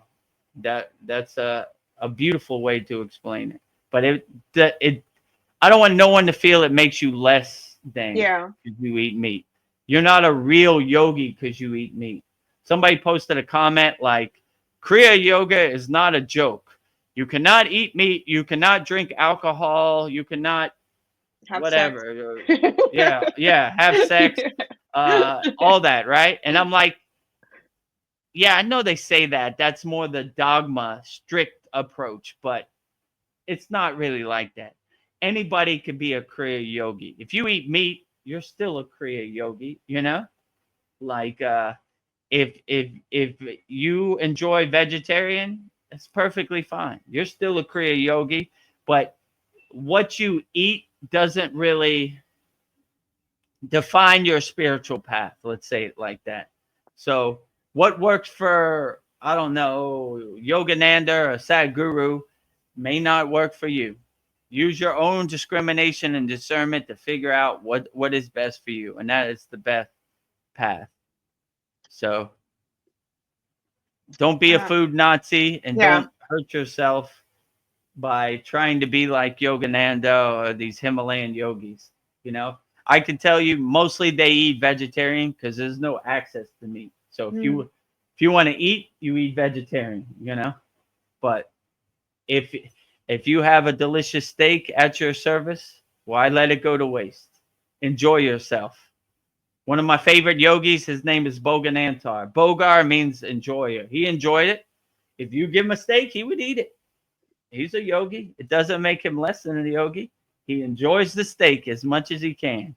So whatever you eat, enjoy it. Be mindful of your food. You know, bless your food. Be grateful for your food. And enjoy it, you know? Yeah. You know your body best.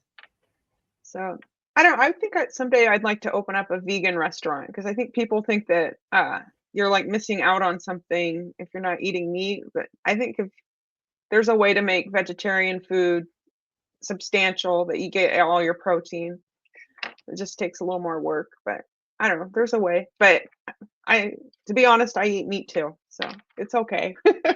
No judgment here. No So judgment. Do whatever works yeah, best for you. yes.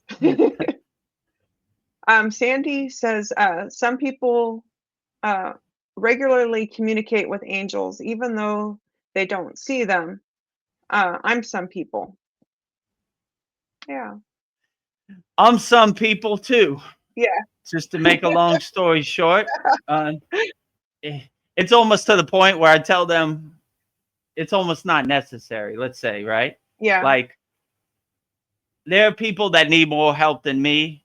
So, archangels, any spirit guides, any ascended masters, I appreciate the audience, but there are people that need way more help than me. So, please help them.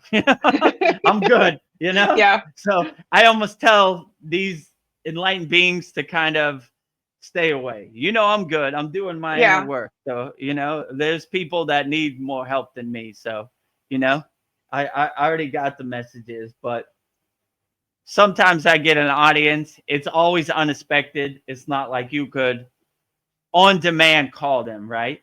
They show up at the weirdest times, but I like to say I keep my temple clean, so whenever God visits me, I'm always ready. Yeah. I stay ready so I don't have to get ready. If you know, so if they come at 3 a.m., perfectly fine. I'm gonna get out of bed and we're gonna have an audience. If they Yeah. come whenever they choose, right? And I work for them, they don't work for me. Let's say it like that. So come whenever you like. My house is your house, you know? So my door is always open. When I meditate, I leave my door open just in case God or archangels or any higher frequency beings want to give me a visit. It's not necessary, but you know, that's how, that's also how I practice yoga. Like I practice like Babaji is standing in front of me the whole time, right? So if Babaji magically appeared, it'll almost be like another day at the office, you know? Like, Yeah. oh, cool. I practice like you're here every day anyway, you know? So that kind of gives me the spiritual mindset and the discipline. Like, you know, I want to practice wholeheartedly. So I try to give my all, like Babaji standing there, and I offer my sadhana to Babaji's feet whenever I do it. So it's Nice. almost like the best way to honor Babaji is by doing your yogic practice, your sadhana. So I always keep that in perspective. Like that's how I honor my beloved Sadgurudeva Yeah. Babaji. I dedicate Yeah. my practice to him and all the Sitas and Mataji and all the enlightened beings and ascended masters who have laid the blueprint before me. Yeah. You're not talking about it, you're doing it. We are Kriya So, yogis. We don't talk about Kriya action. yoga. We do Kriya yoga. We are action yogis, right? Yes. So we a lot of people like to talk about Kriya yoga. We don't talk about it. We do Kriya yoga. So if you want to start doing Kriya yoga today, you don't know anything about Kriya Yoga, join our free Kriya Yoga school, freekriyayoga.com. Or if you want to get really started with the advanced techniques, join our paid Kriya Yoga school community. You get on a call with me and we'll overcome your problems and see if you're a good fit for Kriya Yoga. So if you're ready to start practicing Kriya Yoga, you heard enough stories, you heard enough people talking about Kriya Yoga, you're ready to really do it. Our paid Kriya Yoga school, all the techniques are right there. You know, we don't try to hold you back or test you or make you go through any loopholes. If you're ready to practice Kriya Yoga, we're ready to give it to you wholeheartedly. So, you know, it's $50 a month, $250 a year. I think the annual program's a better value, but Yeah. no pressure, up to you. And yeah, let's get to work. and let's start getting you help, and let's start getting you aligned in the Kriya Yogic way. And yeah, we have a great step-by-step program that basically walks you through week 1, week 2, week 3, week 4. We don't hold back any mantras. We don't hold back any pranayamas. We don't hold back any meditations, dhyana, and any asanas. We show you wholeheartedly. We give you everything we have, right? And try it out for 30 days. If it doesn't work and you cancel, it's perfectly fine, you know? At least you know. At least you tried, right? Like, Yeah. give it a try. You never know. You maybe this may be the techniques, the kriyas you were looking for your whole life, right? So Veronica's a I'm member. She's been a member for yeah, 15 months, so she can attest to it. yeah. Let's work out that soul muscle. Let's get to work. Veronica said in one of her testimonials, Kriya Yoga is a gym for your soul. And I really like that, right? Like you're doing the inner work, you're exercising your soul. It's not a lightning path or a microwave path that happens in one day. It's a little bit of process, but once you get your mind right and you align yourself and you practice the techniques wholeheartedly, you should be good. Yeah, You'll definitely see results in 30 days for sure.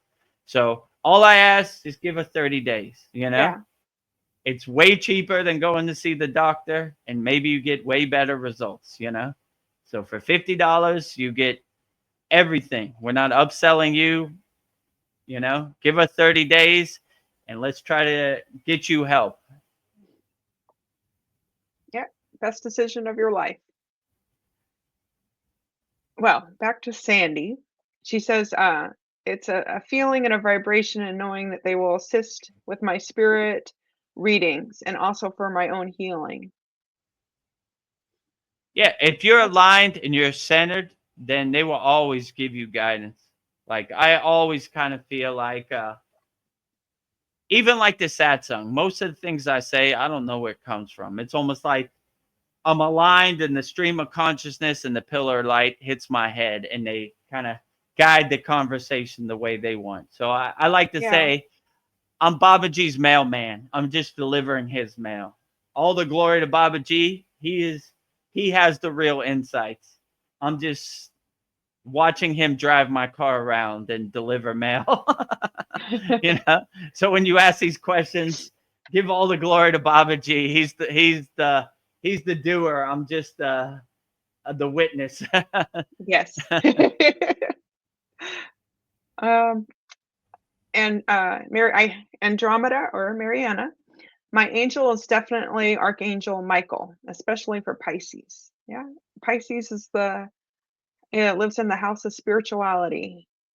Yeah, Yeah, yeah, I would say Archangel Michael I resonate with the most, but in my times of an audience, they don't look at themselves more than the other archangels. They look at themselves all equals, right? So, Archangel Michael, Archangel Uriel, Archangel Gabriel, Archangel Raphael. So those are the four, but they don't, even though he'd be more the forefront, right? He looked more like the leader in my perception, but they don't see anybody higher or lower than them. They all equal. And then behind them they were the seraphims, right? And they yeah, look at them equal, right? They have a different form, they have a different look, but they're equal too. They all serve their purpose. So I wouldn't say there's no hierarchy on the astral plane. Everybody is kind of equal and everybody plays their part and everybody is necessary. So they don't look at anybody more than, but I would say in my perception, I could be biased, but I would say Archangel's the most powerful one. He looked more like the leader to me, but yeah. Hmm. they wouldn't say that. They wouldn't get in that judgment, but that was my feeling, let's say it like that. Then Mariana says, "Jinns, werewolves, Bigfoot don't scare. I am more scared of a planetary technocracy, new world order with a total surveillance and censorship and social credit score. I want to be free and left alone. LOL. Me too. I would definitely agree with you, Mariana. I posted a video yesterday. It was called the late Matrix of Lies. And yeah, Paul was talking about the golden spoon in France, right? Which the French president. I would definitely say I'm way more scared of the elites and the lower frequency beings and the leaders in our world, right? They are money hungry, they're greedy, they don't care about us. Their job is to protect and serve us, but they throw us under the bus every chance they get. So I am way more scared of our leaders, people in political field, people in big pharma, people in corporations, people in the military industrial complex. They scare me the most. Yeah. They don't seem like they So have a moral compass. they do not have a moral compass. Yeah. They'll do anything for profit, and if it means poisoning your child, they do it. They have no shame, right? They only do things for their shareholders and the profit, and they don't care who they hurt on the way up. So I'm 100% way more scared of them than I am of werewolves, jinns, Dracula, Yeah. Bigfoot. They scare me. They frighten me to the core, right? You know, people who hurt innocent children are the real demons. Bigfoot is kindergarten compared to those devils. Whoa, you know what I'm saying? Yeah. Kidnapping children, Oh. hurting children, devil, the worst kind, right? Like, I would definitely sleep in a tent with Bigfoot before I go around these people. These are the are real devils, I would say. And yeah, so I like what do they say? The biggest lie the devil ever told was that he doesn't exist. So you think the devil has a pitchfork and a tail and is red and horns and whatever? The devil is the Sackler family who made fentanyl. Yeah. You know, who has killed more than hundreds of thousands of people, you know, for profit, you know, like the devil is somebody who sends your next door neighbor to war so they could buy a new boat. Really scary. Oh my God, Yeah. this is the worst horror movie I've ever seen. You know, the devil is somebody who wants you to put chemicals in your body so they can make more profit. And whatever side effects they have, they don't care because they're protected by their devil society, you know? So if you're not awake after the C word, then you already know what it is, you know? Yeah. Like, wake up. They don't care about us. That's what Michael Jackson said. They don't care about us. They don't. You're right, Michael Jackson, MJ, you were right. They don't care about us. And you see what they do to their own people. Joe Yeah. Biden, their people, right? The poster boy for their people, under the bus. Yeah. Oh, he's not fit to run for president. What do you mean? You said 1 month ago he was sharp as a tack. Oops, sorry. Changed my mind. So they throw their own people under the bus. You know what they think about us. They look at us like sheep, slaves, meat, you know, food eaters, like space takers, that type of stuff. Like, so I don't. They say go right, I go left. Yeah. I'm doing the exact opposite. But the good thing is, they are following a script. They are slaves to the evil and the money and whatever. When you're a free bird, you laugh at them like the joke they are. Look at these people, slaves. They look at you like slaves. They're the real slaves. You're a free bird. You can go outside. You can do what you want. They follow a script to the T. So Yeah. be a free bird. Be liberated. Don't get attached to any of their narratives. Don't make their narratives become your narratives. Don't let their projections become your projections, and be as happy as you can and laugh at them like the joke they are. When you laugh at the devil like the joke he is, he has no power. When you're scared of him, that's where his power comes. When you're fearless, you say, look at these guys on the news today telling me a ghost story about a faraway place that I've never been, stealing my tax money. These are common criminals. I trust the mob more than I trust the government, you know? These are criminals making up fake programs with their fake buzzwords. USAID. Who are you helping? Don't worry about it. Give us your tax money, you know? The Patriot Act. They have all these words that trick your subconscious, right? Patriot Act. What's patriotic about stealing your rights? Yeah. Nothing. Shut up. Give us money, you know? So when you begin to see the Wizard of Oz behind the curtain, then you start to laugh at it like, these guys. Here they go again. Oh, here comes new C word. Oh boy. Here we go again. Yeah. Wizard of Oz is at it again. Yeah, I see you. Right? You got me once, you know? I just think like if we all woke up, we outnumber them. They should be afraid of us. That you said something 100% right, Veronica. Like we outnumber them. They are the 1%, we are the 99%. But if we could realize like their game, their playbook is divide and conquer, right? Mm-hmm. Like, oh, that guy's black, you can't hang out with him. Or that guy has a different flag, you can't hang out with them. Or that guy believes in a different God than you, you can't hang out with them. That's how they separate us, right? If we all believe in the same God and we all look at everybody like humans, no matter what color their flag is, no matter what color their skin is, no matter what color, what God they believe in, then they lose. So they're constantly trying to separate us. Like, you can't have a friend that's black. They shoot each other in the ghetto of Los Angeles. No, my black friend is cool. Yeah, like, he's a nice guy. I like him. He's cool. Oh, you can't hang out with Mexicans. They're part of the cartel. No, the Mexican at my work is a great guy. He works hard. He feeds his family. I like him. Yeah.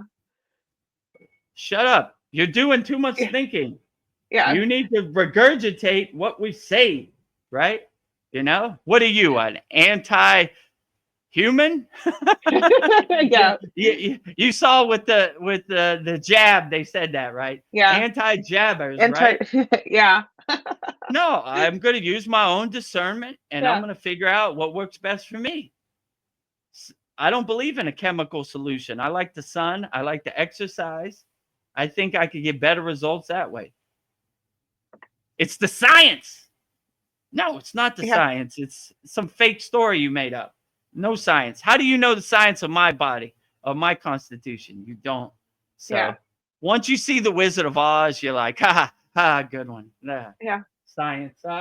Good one. All right, whatever. Yeah, sure. Oh, there they go. Liars telling lies again. Yeah, I hope lock they yourself tell the in your truth, but just don't be a go free outside. bird. Don't be attached to it. Yeah, well, they mandate you to stay inside, you know? So they destroy your business, they destroy your family, they destroy your finances and say, who knew? Oops. You know? So I had a question. There was this penguin and this dolphin, and they had sex, and that's how we got COVID. How does that happen? There was this green monkey in Africa, and it gave us AIDS. And the science? Yeah, the science. It's science. Don't you know when a penguin and a dolphin meet, it gives you a super virus? Yeah. You're like, I can't even make this up, you know? Don't you know if an American soldier has sex with a green monkey, that's how AIDS was created? This happens. You know, look how they look at us, you know, like they're so stupid. Like Paul said, if the aliens come down, they're scared we're going to jump out of a window. Look how they look at us, right? They think we're so stupid that we believe a penguin and a dolphin created COVID, you know, or a green monkey created AIDS, you know. And if aliens come, you're such an idiot, you're such a dummy that you'll jump out the window and kill yourself because you're so stupid. But believe us, we protect and serve you. Wink, wink, you know? Yeah. Yeah, Okay, when you hear it that's out enough. loud, that sounds insane. It is insane. Yeah. Wake I up, had people, please. Just wake up a little, you know? so a lot of people were considered essential workers, like, people at the grocery store selling food, and, they were never compensated for, financially but nothing happened to them feeding working in the public. I don't know. I like, that doesn't make sense to me either. So, Of course, they don't want to yeah, compensate you. There's yeah, more money in their pocket, you yeah, know? Essential er, workers. So these workers can't get COVID, but the people who are at home can. Yep, yeah. science. Like what? I'm wearing a You mask. know? Yeah, Uh, sure. Yeah, you know, yeah. I mean, it's disheartening that people regurgitate that and they're such yeah, sheep and they believe that. I mean, I see it every day in Thailand. They're still wearing masks in Thailand, yeah. you Still know? living in I'm fear. like, whatever, you know, ride it out. You know, some people, they're going to they love that hamster wheel, you know? If you open the bird cage, some birds don't want to fly out. They love their Yeah. cage. They love that enslavement. So I'm a free bird. I want to fly, right? The half a second you open that cage door, I'm gone, you know? Bye bye. You know, so I don't know. Whatever works best for you, that's the best practice. But yeah, it's a war zone out there. Yeah. So keep your mind right. Um, Yes. if you need some techniques, so you need some guidance, join this. Subscribe Yeah. at Vedagurudev. We have daily motivational Babaji quotes, which are very inspirational, help get you through the day. We have daily Satsang edits. So we take this Satsang and every question we make into a daily video on YouTube. Or, you know, join our free Kriya Yoga school. Well, it's way over here. Freekriyayogamasterclass.com. Join the group. We have a very inactive community. We have, I don't know, 130 people on there right now. We post daily videos on there. We have a mini course, everything, so you can start practicing Kriya Yoga. Or if you're really going through something and you need help immediately, book a call with me at kriyayogamasterclass.com. I'll go on a call with you 100% free. We'll try to overcome whatever problems you're going through in the present moment. And if you're ready today to start practicing Kriya Yoga, then join our Kriya Yoga Masterclass. $50 a month should be the best $50 you ever spent in 1 month. And we have all the Kriyas. I'll walk you through, I'll coach you through the program, and we'll walk this Kriya Yoga journey. But definitely get some help because it's a total war zone. If you have no tools and you have no way to uplift yourself, it's hard to navigate this crazy Maya delusional world. There's so many psyops and there's so much craziness in the world that you definitely need some tools. So Yeah. please get some tools and no pressure. All three of these are free. You know, subscribe. Vedagurudev YouTube channel. Join freekriyayogamasterclass.com. Join our group. And yeah, if you need help and you want to jump on a call with me, kriyayogamasterclass.com. To jump on a call, you click the book a call button. There's also a button if you want to join the Kriya Yoga School right away. You could just go straight to it. You don't have to book a call, and a calendar will come up. Pick your date and time that works best for you, and I will go on a 100% free call with you. And let's try to get you help and get you some tools to help you overcome this crazy Yeah. Maya delusional world. We need it. Like, We all need it. yeah. And I look for the opportunity to help people. So please give me the opportunity to help you. 100% free, you know? Please let If you want to Vedagurudev help. pay, let me help you. Like I said before, I want to have when I send my physical body, I want to have a Santa Claus list that that goes out so far that Babaji says, Vedagurudev, who did you help? I said, all these people, you know? And he said, all right, you're undeniable. Come join the campfire. So give me the opportunity to help you, whoever needs help out there. We're having fun here. We're working some stuff out. Let me find our last comment.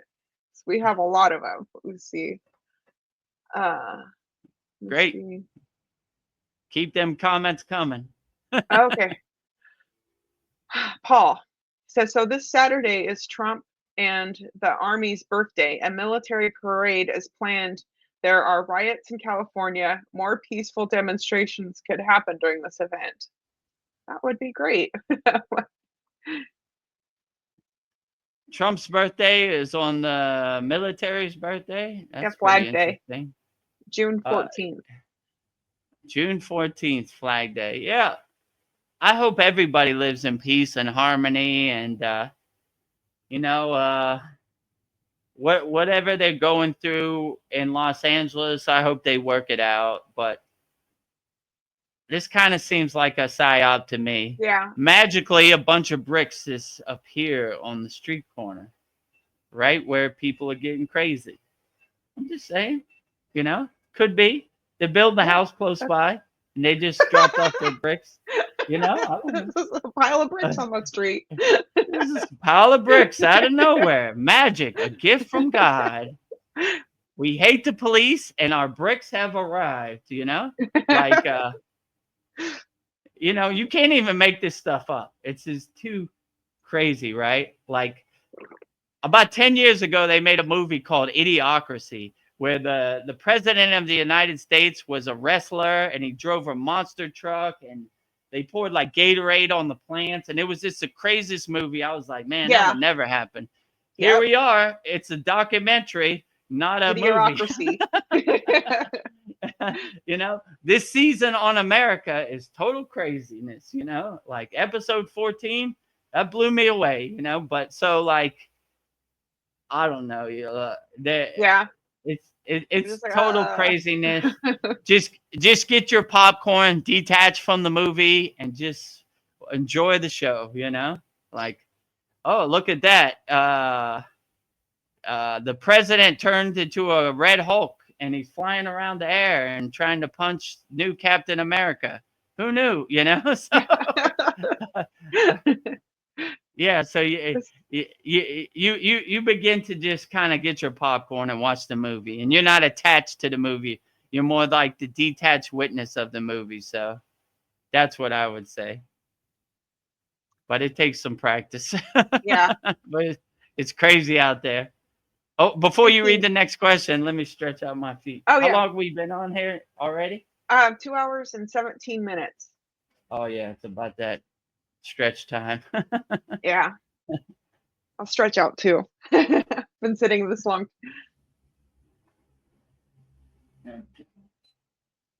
We are intermission time. Yeah,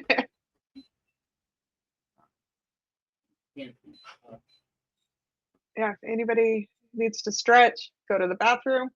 Like, windshield wipers. Yeah. Windshield wipers. Okay. Back at it. Okay. Speaking of practice being says, when your whole life, every action, including washing dishes down to every little detail, is an offering to the higher beings of the universe, appealing to the celestial dimension, life is ever new joy. That's beautiful. Yeah, I agree with you 100%. Practice being. It's not about meditating for 5 minutes. It's about integrating your meditation and your Kriya yoga practice 24 hours a day into your life. So when you're washing the dishes, you're washing them mindfully in a meditative state. So everything you do 24 hours a day becomes meditation or becomes your sadhana, your yogic practice. So when you keep mindfulness and give everything as an offering, like it's called pasad or pasadam, like you're offering it to God, right? Everything I do is offering to God.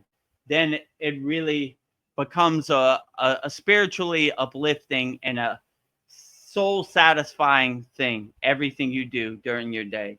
So even the most mundane thing like taking out the trash or washing dishes or cleaning up, if you have a mindful meditative state, it becomes a blissful thing, right? It becomes enjoyable, right? It's not a chore. It's a blessing. It's an offering to God. I wash these dishes and I offer it to God as pasad, Yeah. as pasadam, like even in our school, before we eat our food, we offer it to God first, and God blesses our food and purifies and cleanses our food before we eat. We know God's not going to eat our food, but it's an offering. It's God, before I eat this nourishing food, I give to you first, you know, as a sign of good faith, as an offering. So yeah, what you said is true. If everything becomes your meditation, then your whole day is a blissful string of events that all are meditative things, and it carries you through the day in a blissful state, right? So if you stay mindful and you everything becomes your meditation, you have a 24-hour a day meditation. And that's the real way to integrate Kriya Yoga in your life. You make everything Kriya Yoga. Like everything you do is Kriya Yoga, right? So it's just not a 10-minute process when you wake up or 10 minutes before you go to day. Your whole day is Kriya Yoga, right? It's you integrated Kriya Yoga in everything you do and everywhere, which is a beautiful sight to see. Yeah. I would definitely say. Next, we have Sandy. She says, so true about no hierarchy among the angels. We're all equals. I I would definitely say that's my perception and that's the intuition. I mean, there wasn't no physical words, it's more intuition, right? Telepathy, right? So I would definitely say, but they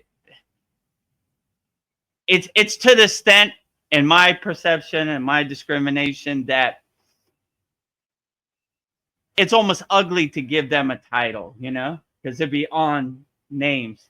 These English words are so crude to even say to them, They're they're they're the words that are spoken and their names are like a beautiful symphony of words. And I even feel ugly trying to put words to them, They're just beyond word beings, right? And they don't have any flag, they don't have any religion, they don't have anything. They're just enlightened beings, let's say, all equals. So they love everybody wholeheartedly, let's say it like that. And they're waiting for you to get on the level where they can communicate with them. Yeah. So do your best to raise your vibration. It's available to everybody. I'm not going to say like I'm special. I just did the inner work and I raised my frequency up. I detach from fear and align myself with oneness and divinity. So, but I would say if I could do it, anybody could do it. So you shouldn't feel like, oh, Vedagurudev an enlightened being. He only has that audience because he did the inner work. It's available for you too. And if I could do it, anybody could do it. So, like I said before, subscribe, Vedagurudev YouTube channel, free Kriya Yoga School. If you need help right now, you're going through something, kriyayogamasterclass.com, book a call, or just if you're ready to start practicing techniques and you don't need a call, just join our Kriya Yoga School Masterclass. When you go to Kriya Yoga Masterclass, there's a button that says join the Kriya Yoga School here, right? So Yeah. but I would say if you cultivate and develop these techniques that we show you in our schools, you should have an audience too, you know? Just takes a little bit of work, but if I could do it, you could do it. I'm just like you. When I see the questions on the YouTube chat, I had the exact same questions when I started my journey. So I don't want you to feel like I'm on a pedestal or I'm higher than you. I'm equal to you, same like Archangel Michael and all the angels. We're all equal. Let's walk this path together, you know. Let me help you, you know. Help me build my Santa Claus list to Yeah. ascend. Help me get my wings to go home. Yeah. Or subscribe to this channel and you can see us twice a week. Like, Yeah, subscribe here. We have 2 times a day. We have 2 daily videos, and twice a week we have 2 live streams. We have this one Wednesday at 9 p.m. Eastern Standard Time. Vedgurudev's live Kriya Yoga Q&A Satsang usually goes 4 hours.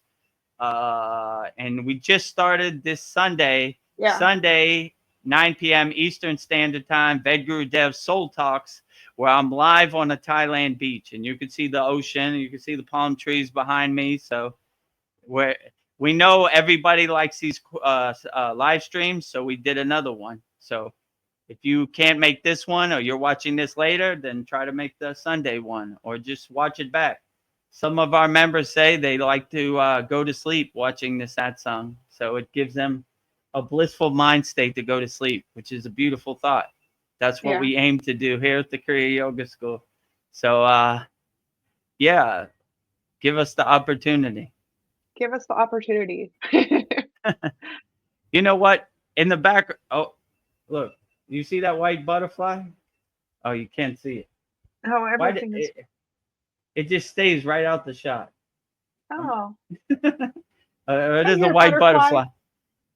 So yeah, it's right there, like right out of this, like right beyond. It knows. It knows. Yeah, there's behind the screen. There's a bunch of birds, and butterflies, all kinds of animals, but I can't show anybody. You know what? As soon as I get up, they fly away. Our last song, the Soul Talks, you were saying you were seeing butterflies there too. Butterflies are following you. That's good. That's a great confirmation. I love to have butterflies. There's been times when I've been doing the yagna, they fly and land on my shoulder. Yeah. I guess they don't want to be seen. They stay out of camera, but it's good confirmation. I'm going the right direction, let's say. Yeah. You know, one foot in front of the other. So I like these little bird confirmations, butterflies. Those are all good confirmations that you're going the right direction, right? You're helping people, you're transforming people. So that's why I like to see, right? Yeah, and butterflies are transformation. So that's a great transformation. Yeah. I'm trying to find Sandy's comment. It was really good. Let me see. Oh, okay. Sandy says Archangel Sandalphon has been coming to assist with my music and frequency and healings. So they're there to help. Well, there's even more archangels outside of my perspective. I've only had an audience with Archangel Michael, Gabriel, Raphael, Uriel. Those are the only, and seraphims, which they didn't really have names. You know, there were a lot of them too. What was this archangel's name? Sandalphon, if I'm pronouncing that right. Sandalphon. Sandalphon. And what is his speciality? Coming to assist her with her music and frequency. So music, like the muse. Like cool. Saraswati?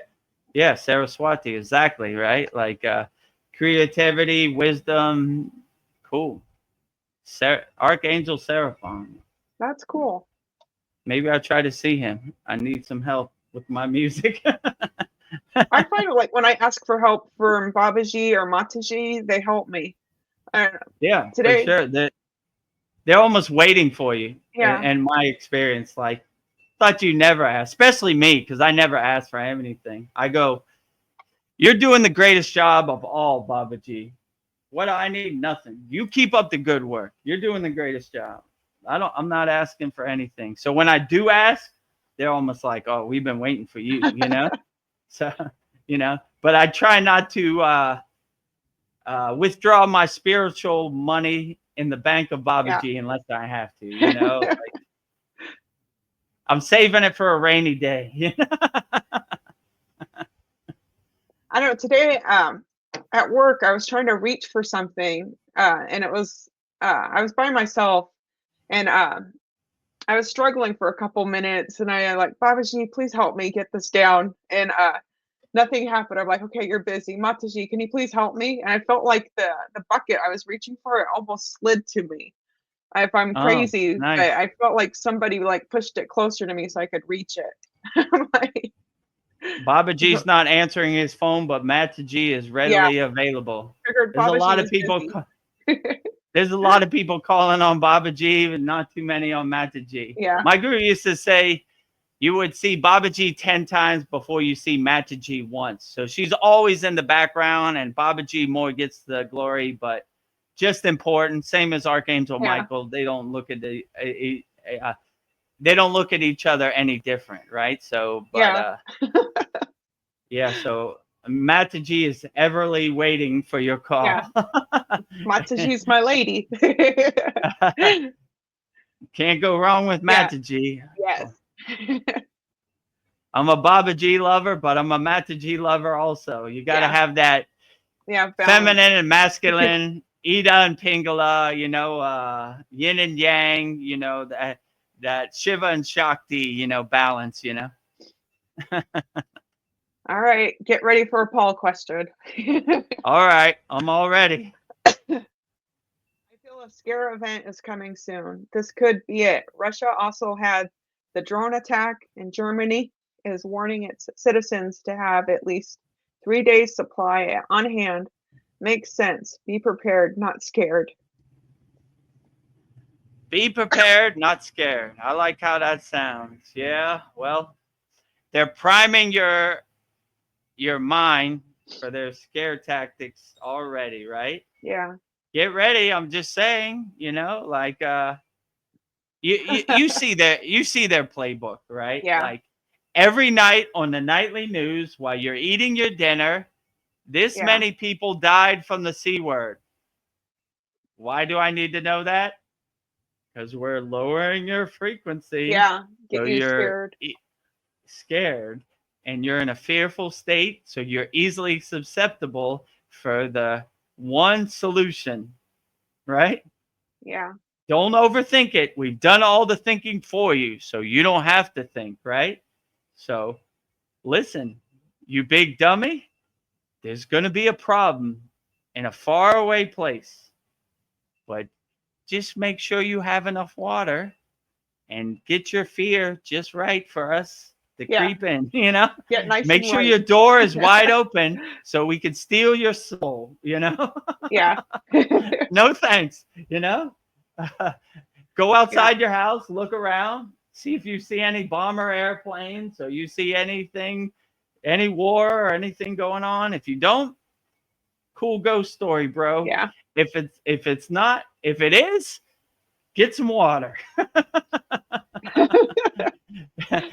Yeah, brace for cover. You know what? I'm gonna tell you a funny story. My father, when he was alive, he said something funny to me. This is when I was a famous DJ. He was like, "You like DJing around the world?" I was like, "Yeah, it's great. It's outstanding." He goes, "If you feel the plane going down, put your head between your legs." And I thought he was going to say brace for cover. And he said, "Put your lips on your ass and kiss your ass goodbye because you're gone." And I was like, what kind of thing was that to say? Thanks, Dad. So if you see war airplanes above your head, put your head between your legs and kiss your ass. Yeah. I just saw a yellow butterfly. I think it flew into my room. Wow, we got a lot of good energy here today. Yeah, they like it out here. Oh, I thought I just saw something flickering. You might have seen it. Where'd it go? I think it flew. My door to my room is open. I think it flew into my room. It's sitting on my Babaji statue. Probably. All right, everybody, keep your eyes open for these butterflies. The energy is good here. Where'd it go? Oh, interesting. Huh. Yeah. So, yeah, back to my stories. Yeah. So Kiss your ass goodbye. Like, kiss, thanks, Dad. kiss your ass goodbye. You right? My father was a blue collar kind of guy from Pittsburgh, Pennsylvania. Yeah. So they don't have no filter. They're Yeah. Sounds like he was blunt. Like, blunt drinking guys, fighting guys, football guys, all of the above, yeah. you know, hardened steel mill workers, that type of thing. So, gotta love it, right? Right. Rough housing, fighting each other, wrestling, whatever. Man, so-called man's man, if you Yeah. know what I'm saying.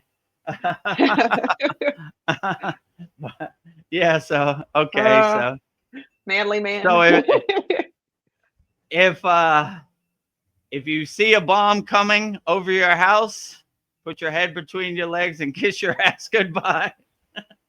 Well, I don't know. Maybe sometimes it's just like what can you do? Like, Yeah, I yeah. mean, most of these yogi songs, to be completely honest, are all about Mahasamadhi and Yeah. transcending, right? Om Namah Shivaya, Trayambaya, Yaja, Mahe, Sugandhim, Puste Varnam. It's basically saying your soul, which is the apple on the tree, is detaching from the branch. Your body is the tree, but the fruit lives on, right? It just transcends the tree. So Yeah. all these yogi songs are basically like, take me home, Father. I'm ready to join you, Yeah. I've had So, enough of this. I mean, when you're enlightened being and you're trying to live in peace and harmony, and there's such chaos and destruction, it almost becomes too unbearable for you. Like, it's like, even Yogananda, when he wrote Autobiography of a Yogi, they were at war. I think it was World War II, or it could have been World War I, whatever war it was. It was a chaotic time in the world. So, oh, there, look, you see? Did you just see a Yes. butterfly? Yeah, and it came Yeah. right to the camera. Yeah. Whoa. Where'd it go? It went up here. Yeah, you just saw it, right? It came right here, right? Yes. That was Some people cool. on YouTube are like, there he goes, Vedagurudev telling his ghost stories. No, there it is. Yeah. That was at 2 hours and 35 minutes, guys. Oh yeah, timestamp that. Yeah. Yes. That'll go If on you our want to timestamp. rewind it and watch it back, that was cool. Yeah. I was just talking about how the butterfly didn't give us an audience, and it gave us an audience right up to the camera, right? It went right That up was a there. big butterfly too. Yeah, Whoa. it's like orange too. It's a different one. I wonder where that yellow one went. I think it flew into my room. Oh, cool. Maybe I it'll have a come back. butterfly. Thank Oh, you, butterflies. so this That was is a cool. good confirmation. We should have did this satsang outside a long time ago. Yeah. We have good prana. We have good energy, connecting with nature. The butterflies, the birds, the wind is giving us an audience. So outstanding. We'll enhance Yeah. it. We'll cultivate it, and we'll do more of it. Yeah. Should have I'm thought of waiting this for a earlier. monkey, some cats. Yeah. All kinds of animals to come. Yeah, if you see a monkey sit on my Shiva Yeah. statue, that'd be Yeah. crazy, Let go. Let God. Uh, so I have an interesting comment. I don't know what this means. Raj just says ego question mark. We've been talking about so much. I don't know what he's talking about. There's, so Maybe expand upon it. yeah. I think. And then Oh, maybe that's I need to it. I put more don't fan on my. Oh yeah, you're Are you starting to seeing get me blurry or? yeah, Hold on, maybe you're I'm getting hearing hot. my. It's starting to Yeah, crackle. it's starting to get out more. Wait a second. Yeah. Yeah. So Raj, maybe you can expand on what you mean by ego. Let me see. I don't yeah. Like, let's see. Is it better now or no? It's better. Okay, yeah. I guess it's starting to get hot. Like that midday sun is starting to come up, and Yeah. even though I'm under a roof, that Thailand sun is super powerful. Yeah, I think we're almost done, I think. We'll carry on though. Is it better right now? Right, I'm clear right Yeah. now, right? Yeah. Okay. You look clear. Okay. All right. Cool. All right. Continue. What I what just what did have the last question say? Ego, right? ego. And we don't know what this means. We don't know what Raj means by ego. Like, Okay, Raj, if you could expand on your point about the ego, please yeah. do, and we'll answer Yeah. it. Yeah, we've been talking about so many things. It could be anything. And Sandy says, preach. Preach, preach. Yeah. Mariana says, yeah, what do you mean, Raj? Whose ego? Question mark. Question mark. I'm like, That is such a broad statement. It's hard yeah. to tell, right? Sandy says, double preach. Canada is even worse. Ah. Okay. Well, I wish all my Canadian people the best. Love Canada. It's great. I mean, Yeah. I wish the best, like Yeah. I don't know, like it's disheartening because you would hope your leaders protect and serve you, Yes.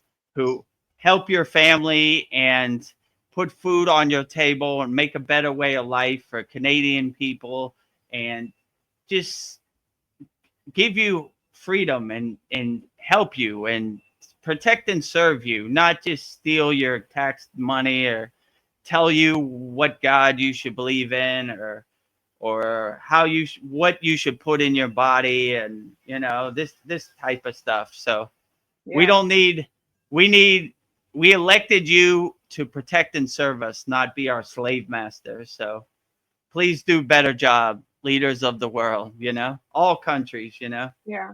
so we elected you to protect and serve us. You work for us.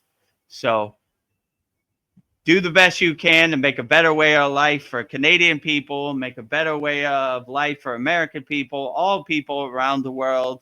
Do your best job, keep us safe, make sure we have money in our pocket, food on our table, roof over our head, and we can live happy and joyfully Yeah. any country around the world. So I agree with you. It's a total war zone, but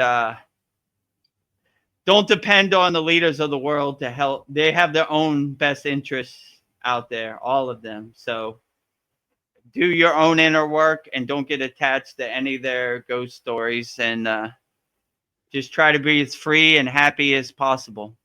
Yeah. Freedom is inside you as you. Exactly. So they can't give you freedom. You already have it. Just sit on the side of your bed, close your eyes, and you can be as free as possible. Go to your happy place, make your country your happy place, whatever you want. Like they can't control uh, what's inside you. So don't get attached to anything they say. Look at everything they say like a joke, like a movie on the screen, and just be like, yeah, yeah, sure, whatever. Yeah. You know, Not today. whatever. Not today, not never. You Yeah. say go right, I go left. I don't believe anything you guys say. You're Yeah. all the same. Blah, blah, blah. I like what Mariana said. I'm more scared of the New World Yeah. Order, the cabal, or the elites than I am a Bigfoot, Dracula, Jinn, aliens, all of the above. Yeah. They scare me the most, you know. Epstein scares me way more than Dracula. That's for sure. Yeah. Like Ugh. the worst monster ever, hurting children. So Is terrible. it like they say that the devil hides in plain sight? Like, The devil hides in plain sight. uh, Yeah. So and then just go on. I was just gonna say, try to have some tools Yeah. in your pocket so you could detach and become the witness Yeah. and not get attached to any of this monkey show, this clown show out here. It's total chaos. Even for Yeah. me, when I go out in the world of Thailand, I have to take a couple deep breaths and say, Oh. all right, it's coming. They're out there. They're driving every which way. They're out there. I got to keep my head on the swivel. Where they at? You know, let me put up my Kavachum shield Yeah. mantra, which is in our school, and give myself a shield because they're pinging my atmosphere all day long. Ping, ping, ping, ping. All these meteorites. Ping, ping, ping, ping, ping, ping, ping, ping. You know? So Yeah. it takes some practice, but we have the tools in our school to help you out, you know? Yeah. And if you don't have any, if you resonate with Kriya Yoga and you want to start, just go to our free Kriya Yoga school or subscribe to Vedagurudev. And we have a lot of motivational daily videos, 2 a day, 2 live streams a week. So we'll help you get through it as best as we can. 100% free. Yes. Join the school, protect your sanity, protect your soul. Absolutely. Less than $1 a day. Put your shield up. It'd be the best $50 per month you Yes. spent. The best $1 a day you ever spent, you know? But I'm biased. Try it out for yourself. Me too. Just give it 30 days. If it doesn't work for you, you can cancel anytime. We're not going to try to upsell you. We're just going to try to help you as best as we can. Just give it 30 days. That's all I'm asking. Give me 30 days. If it doesn't resonate with you, that's fine. But yeah, give me 30 days. Yeah. Just want to help people. Just want to help. Please give me the opportunity to help you. Wherever you at in the world, Kriya Yoga can help. Yeah. You have butterflies every day. Butterflies every day, inside you, as you. Let's see, where was I at? Okay. Mariana says, Alberta isn't that bad. We have some cool cowboys and farmers here. Pipe fitters and foremen. Oh, LOL. I think she's talking about your dad. He was like a man's man. Yeah, I'm sure Canadian. They're rough and rugged up there. Cowboys and real manual labor, pipe fitters, and a man's man drinking Canadian beer, watching hockey and Canadian football, and doing winter sports. So a man's man. So ain't nothing wrong with that. Yeah. ain't nothing ain't nothing wrong with the hard day of labor. Yeah. Get your hands dirty, you know. It's all good, you know. To each his own. I think Sandy's Canadian too. Sandy says, totally agree, Andromeda. I'm in the general Toronto area. And then she has some lamb emojis. Oh, cool. Yeah. Yeah. Yeah. So two Canadians. I'm not sure where Alberta is. West Canada. I know Toronto is East Canada. It's by New York. So, well, tomato. Yeah. All Canadians, right? We're all under one umbrella, right? We all have one flag, so all great. Welcome to all the Canadians. Yeah. Canadian. Canadian, not a Canadian, right? Yes. All right, that's what I said. We are Americans, not Americans. Yeah. We are Canadians, not Canadians. Can. Oh, it works for Mexico too. We are Mexicans, not a Mexicans. We are Puerto Ricans, not Puerto Ricans. I'll think of some more. I know. I'm trying to think of some other countries that works with. It's mostly North America, right? Yeah, they're all together. They're all cans, right? Yeah. North Americans. Yeah. Can do, can how. See, Mariana says, today I was watching an annoyed magpie screaming at the orange cat who was just walking around the front yard, minding its own business. But the magpie wouldn't shut up and kept screaming and walking. And then well, the orange cat is untouched by the magpie. No matter how much it screams, the orange cat does not care. It just keeps walking. Yeah, cats don't care. dust off my shoulder, water off my back.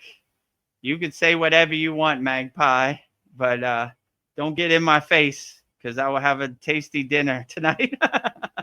So keep your distance, scream as loud as you want. I can't hear you, right? Yeah. It's like you were there, Vedagurudev. I don't know. Then it was they were walking around it and flying low to the point that the raven came, sat on a tree and started talking its language as well, screaming to the unison to the sound of a magpie. It was so funny. And they all was like surrounding the cat, but the cat was just chilling in the front of its house and could care less. I don't know, maybe it's silly, but I am sorry, but these little things actually make my day. Wow, I think that's cool. Yeah. Yeah. If you have this good visualization, it gives you perspective. Like, no matter how loud the noise is out in the external world and how much psyops and narratives and ghost stories they have, you're not unaffected. You're unaffected by it. The cat's just enjoying the sun, going about his day. Yeah. I don't care about you magpies on the tree. You don't bother me.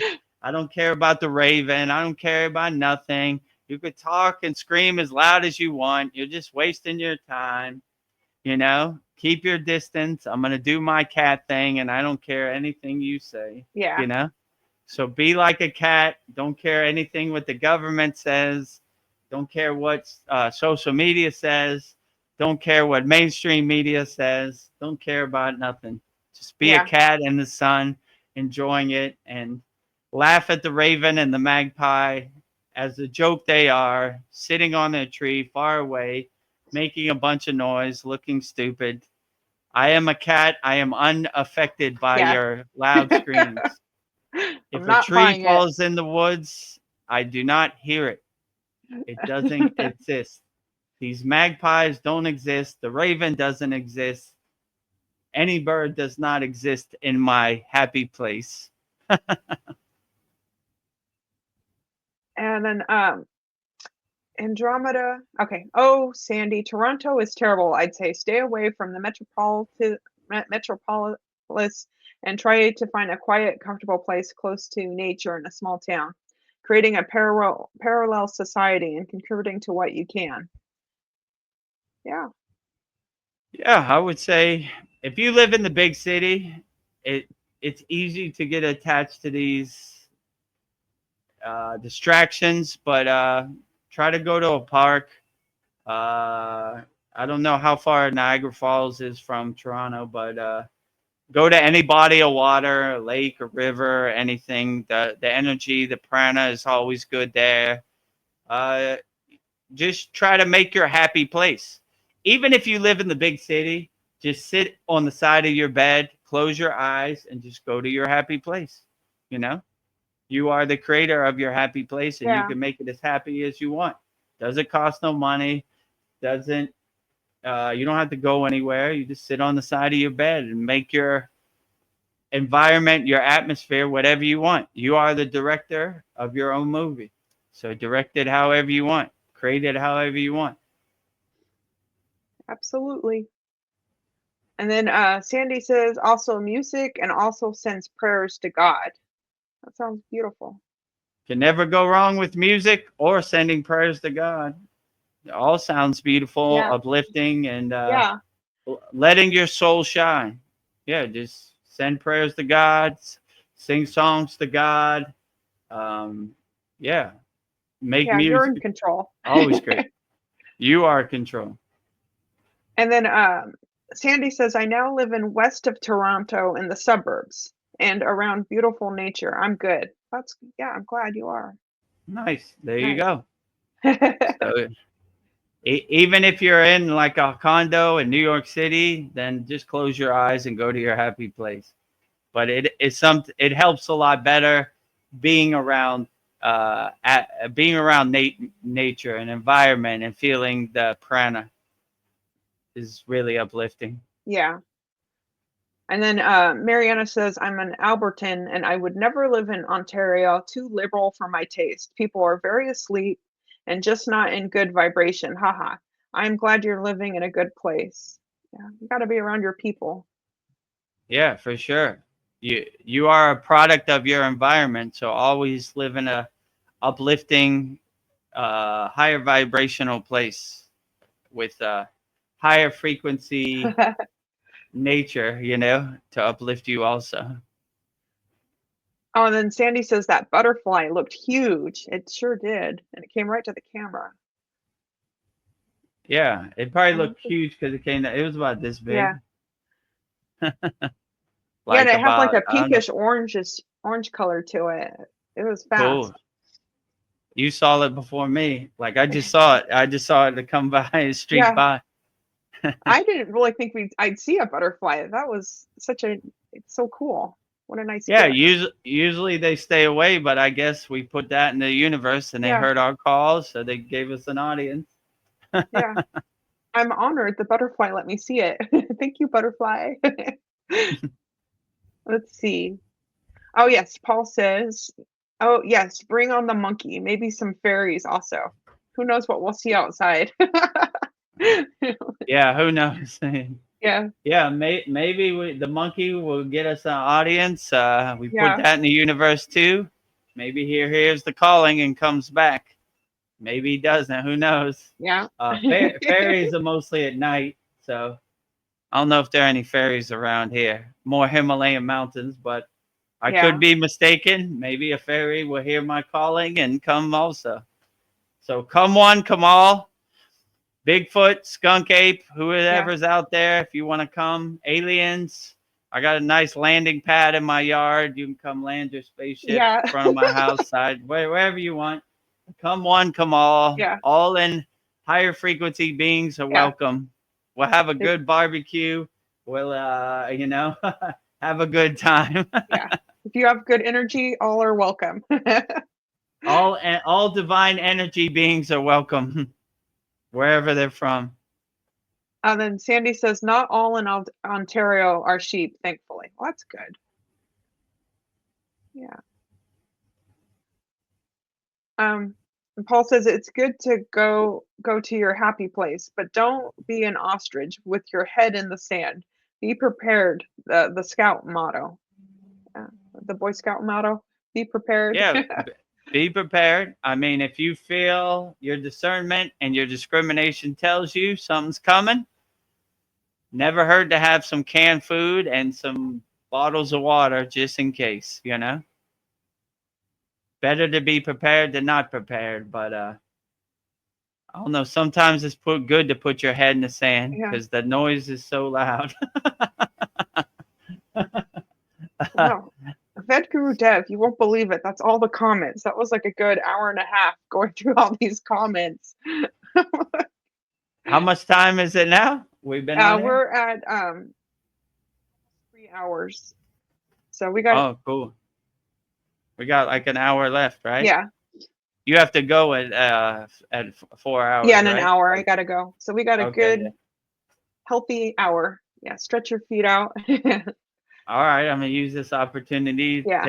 take a break and stretch. Yeah, if you have any questions, put it in the YouTube chat, and we'll gladly answer them wholeheartedly as we can. My camera looks okay, right? Like now? Yeah, I Is don't it, know. I noticed it, it'll like go a little fuzzy in and out. So I think maybe mm, I don't know. We'll play it by ear, see how your computer does. But we're running, I don't mm. know, figure out a way to have the fan going that it doesn't, I don't know. We're working on it. Yeah, I got to figure.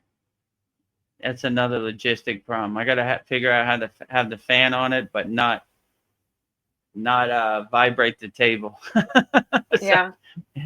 it's a work in progress. But I do like having you outside. That's cool. We can see the nature and butterflies. So Yeah, yeah, we'll keep it. We'll do our next Satsang like this. And does the light look okay? yeah, I think your computer's getting hot because it's like waving in the background. It's like Hmm. I don't know. If you feel like we need to stop, we'll stop if your computer's really hot.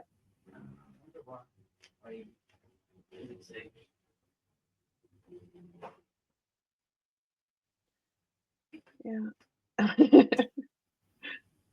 And just pivot. We'll figure this out. figure out a way to. Yeah. I know those statues look cool in the background. Mhm. I know this will be cool to keep doing this. So we'll just figure this out.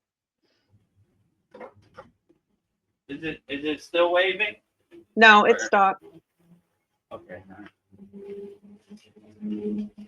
Yeah, I think the fan is vibrating it too much, but it looks clear now, right? Yeah. Okay, I got to figure out a way to get in, because right now it's probably like 11 a.m. So that midday noon sun is right there. So it's Yeah. even with a roof, it's super duper powerful and humid Yeah. in Thailand. But Well, we'll well, figure out what our time limit is, maybe. I don't know. We'll this is the first one, so yeah. we'll learn from our mistakes Yeah. and try to do it better next week. Well, staying on this topic, I'm thinking I'm finding one of my greatest strengths right now is not getting mad when people try to trigger me. And I feel Mm, like I don't know, not reacting like makes people more mad at me that I'm not reacting to their craziness. But I feel like I true. don't want to give my power away and just be like, whatever. I don't care what Donald Trump is doing. Um, aren't you upset? Yeah. Yeah, I agree with you. Once Yeah. you kind of detach from it and become more of the detached witness, then it doesn't affect you. Like you kind of it doesn't matter. You don't really care. Like I don't care. That doesn't affect my present moment. And most people are so hypnotized that their identity is at stake. Like I identify with this guy, or this guy is doing me wrong, or Yeah. I identify with my flag, or my state, or my country, or my religion, and that's the whole thing. It's like divide and conquer, right? Like, but if you don't care about that, like I treat people the way they treat me. Good people. I don't care what the color of their skin, what flag they fly, what religion they believe in. Good people are good people. So if you have that kind of perspective, you're unaffected by it. And people don't like that. They want their narrative become your narrative, and they want you to regurgitate it at work. We're blue no matter who. We're MAGA, whatever. My football team is better than your football team, and my football team won the NBA. My basketball team won the NBA finals, and my hockey team plays better than your hockey team, or Yeah. whatever. So So, exhausting. you know, yeah, how exhausting, exactly, right? Like, if you don't care about none of that, they can't steal your power because you're not a set. All right, you're right. Your football team's better than my football team. I Yeah. don't care. You know, you're right. Donald Trump's a dummy. I don't care. You're right. Whatever. Joe Biden is asleep. I don't care. You know, it deflates their engagement or their argument. They want to engage with you. They want to go back and forth, and they want to put gasoline on the fire. If you don't care, they have no gas. It's just Yeah. like the fire fizzles out. It's like I don't care. I just don't care. Like I don't work for Donald Trump. I don't care what he does. He does his own thing. Why am I going to get upset about something I can't control? You know, it has no thing. Or I don't play on the basketball team. What I care if they win or lose? It doesn't affect me in the present moment. And if you start to change your mindset into this perspective, you start focusing on your energy or what you can control, and the stuff you can't control, you almost look at it like a movie, like entertainment. Like this mind candy. Like, oh, okay, yeah, all right, I'm gonna watch this movie, but I'm not too invested in it, and I'm gonna do Yeah. something else while the movie's playing. Like if I watch a movie, I watch it like out of one eye while I'm doing like the lessons for this week's class or something. Yeah. I know what happens, but I'm not like I don't know every word. Like sometimes I even mute the movie. Like I don't care. Like like Ugh. just some pictures going by.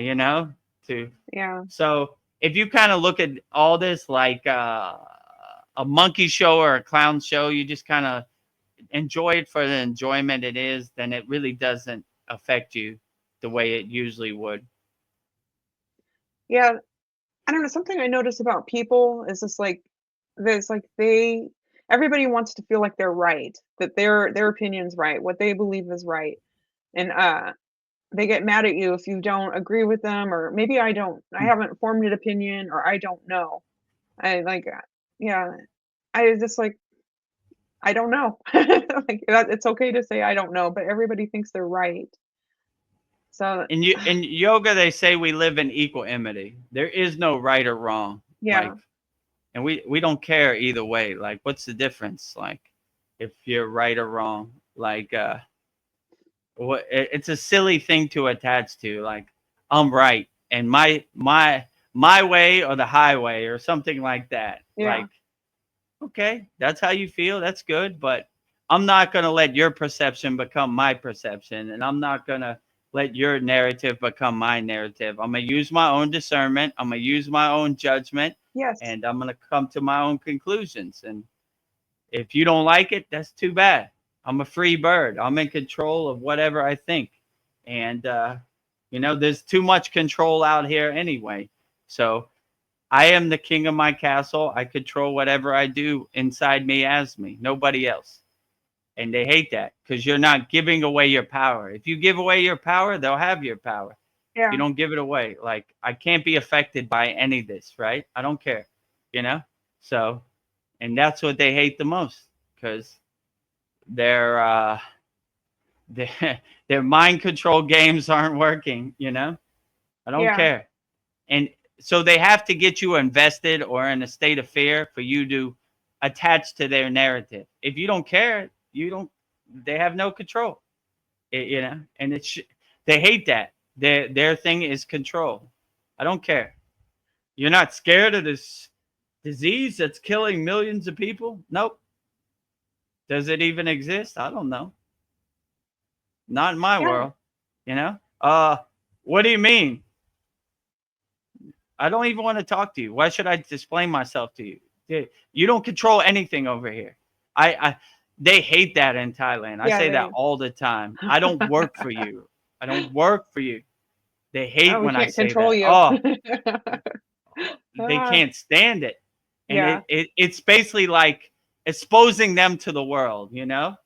Like, look at you.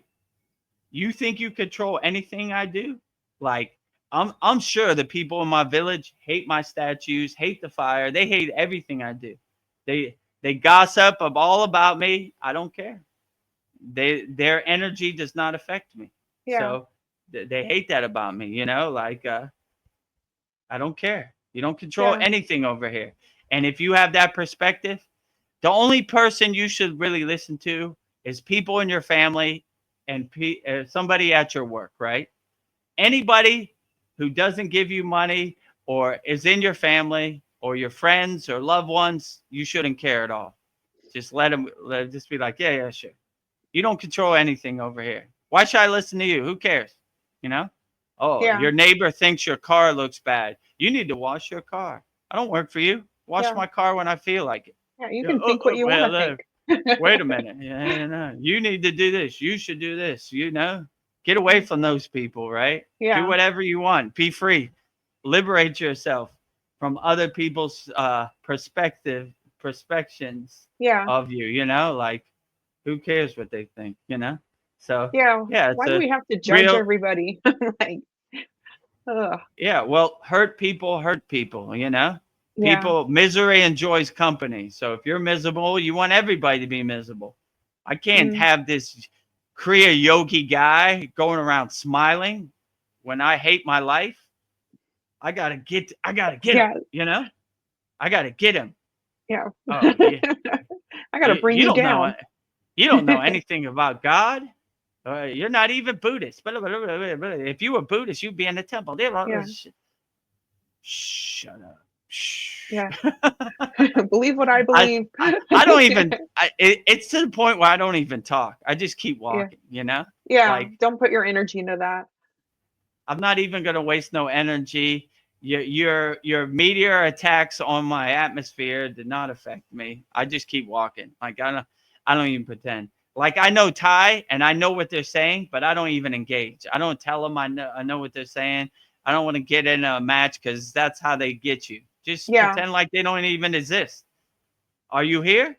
I don't see you. You're invisible in my world. You know, Yeah, you you have take no your effect power over back. anything you do. You take your power back, yeah, and then they have no effect. So they don't like it, but who cares? You don't work for them. Yeah, I don't know, like, not, still like the power of not knowing. I don't think, like, spiritually, it encourages us to question things, and they don't want us to question anything.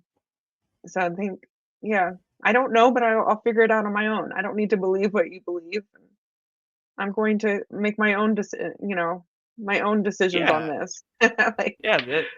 Make your own decisions. Whatever God you resonate with, that is the best God. You know, like regurgitating somebody else's God.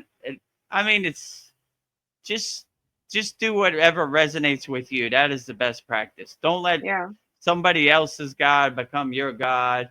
Don't let somebody else's narrative become your narrative. Don't let somebody else's perspective become your perspective. Just do whatever works for you. Be a free bird. Liberate yourself. Don't get attached to anybody's ideology or anything, right? Just be like, I don't care, you know? Like, how does that serve me in the present moment? That's probably the best affirmation. How does this serve me in the present moment? Say that with yeah, anything. yeah. How does Oh, this serve me? this basketball team won the game last night. How does that serve me right now? It doesn't. Exactly. So why do I care? You know? How does it serve me? You know?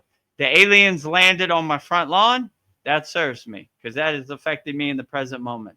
The aliens in outer space or Area 51 or where they at doesn't serve me. Can't verify it, you know? Yeah, Didn't see it with my own eyes, you know? And so yeah. So yeah, I would just do what serves you. Always ask yourself, how does this serve me in the present moment with anything you do? And you'll see automatically that none of this really serves you in the present moment, you know? um, I don't know. People are going to be the way they are. They're going to be the way they are. So, what would be like a spiritual perspective on forgiveness? Just be like, you are the way you are. Yeah, just things are going to happen the way they're going to happen and Yeah, I don't want to carry around this baggage or carry this rock on my back. So I just forgive wholeheartedly anything. No matter what happens. Whatever you did to me, I don't care. You know? yeah, I don't care, you know, and I just let it go, you know, and I'm not gonna open the door for you to hurt me or get attached to that hurt. I just don't. If you don't care, no one can hurt you because you don't care, right? You don't believe their ghost stories or whatever they say. You just say, oh, okay, whatever. I don't care. I'm yeah, doing my inner work, and I don't see how you even fit in this. It's between me and God, you know. So what if you don't care, no one can really hurt you. You can just do whatever you want, and it's a real soul liberating thing. Just be a free bird and not care about anything, you know. I mean, you still got to be 1 foot in the world and 1 foot out because you got yeah, to go to work, you got to pay bills, you know, but just try to do the bare minimum of attachment that you can, right? Or try be a minimalist where you don't have to have so many attachments or so many bills if you don't have to, right? Try to lower your costs as much as can. That way you don't have to have more interactions than necessary, you know? So like I don't know, you need a car to go to work, so obviously you got to deal with the bank or the car yeah, loan place. You got to have electricity. Obviously, you got to see them once a month or pay on the app if you yeah, can. You know, you got to have water to take a shower. Obviously, you got to pay them or pay on the app. So try to limit your interactions as much as possible. That's what I do in Thailand. I want to see as less amount of people Yeah. and have a less amount of friction on my atmosphere as possible. Yeah. Make some If you know, distance. there's some distance. Like, okay, I'm only going to see you the minimum I have to see you. You know, if possible. So that's kind of how I look at it. Yeah. I feel like I would need to like have a balance between compassion and forgiveness in my daily life with people that just uh push my buttons. Just be like, well, you are the way you are. I forgive you. I'm like, Yeah, whatever. yeah. I don't There are going care. to be people that push your buttons. Just let it go. Just be like, I don't care. Detach, let go. Detach, let go. Whatever you say does not affect me. Detach, let go. I have my Kriya yoga tools in my toolbox. I'm unaffected by you. Kavacham shield mantra all day long, you know. Even when they're talking, I would just say your Kavacham shield mantra in the background, like in your mind. Yeah, yeah, sure, sure. Did you hear what I'm saying? No? Were you saying anything? I mean, they're gonna Were hate you that. They're saying probably gonna anything? go crazy, right? You know, so they're I gonna wasn't hate that. listening. But yeah, I only listen to positively uplifting things. Lower frequencies, I don't even listen to. You know, so yeah, so I mean, they're gonna hate that, but you live your life, and you are the king of your castle, Yeah. and you control your castle. So what other people like or dislike, you just detach from it. I don't care. You know, like it's just don't care. You know, Yeah. and you'll live a soulfully freeing life. Your soul won't be encaged. You know, let your soul shine. Let it shine on everybody. They're not gonna like it because it's a reminder that they need to do more inner work. But let it shine. Shing, shing, Shine. shing. You know, Yeah. Shine shine away. everywhere. Shine My away. soul You is know, so bright. yeah, if you don't like it, get away from me, you know? Like I mean, when I go to the mall or I go somewhere that there's a lot of people that give me dirty looks. They don't like my soul shining, but I don't live for them. I'm not even going to see them after I leave this place forever, probably, you know? Uh, Look at me. My soul is shining, you know? Let it shine. Shine as bright as possible. Yeah. So yeah, I would just let your soul shine as much as possible and not get attached to anything anybody else says. Yeah.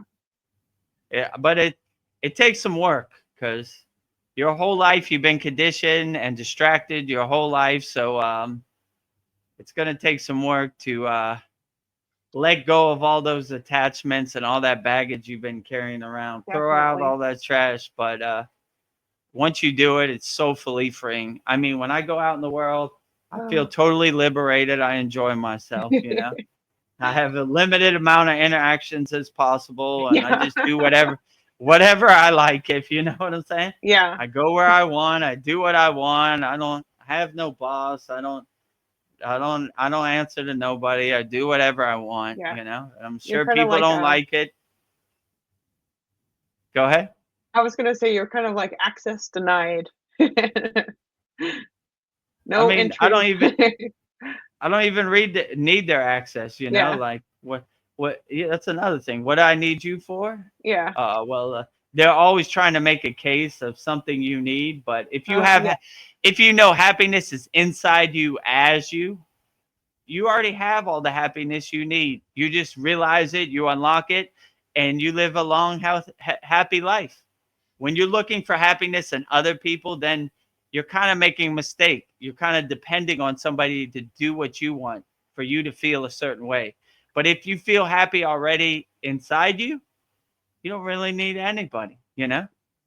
They don't want you to realize that because if you look at any of the marketing out here in the world, it's like buy this iPhone 16, you'll be happier. Buy this Big Mac, you'll be happier. Buy this at Walmart, you'll be happier. You need this, you need that, you need a new car, so you get more girls, or your neighbor thinks Yeah. you're cool. If you don't attach to any of that, they can't sell you anything because they're selling you snake oil. This will make you happier. Only thing that'll make you happier is what you realize inside you as you know? Like you have happiness inside you. If you're looking for happiness externally, you're probably making a mistake. So they're really selling you happiness that they don't have. How can they sell you your own happiness back? It's a mind trick. It's a it's a word play to trick you, right? This will make you happier. How do you know what will make me happy? Yeah. I don't know. It's a good marketing word, buzzword to trick your, soul into doing something it shouldn't. Yeah. And I Like, just want to make money off you. and that's how they do everything. If you really wake up and smell the flowers, right? How can they make somebody go to war for their Yeah, to cause, kill right? people. They say freedom isn't free. You got to get on an airplane and go shoot at other people and hurt other people so you could be free. They're tricking you.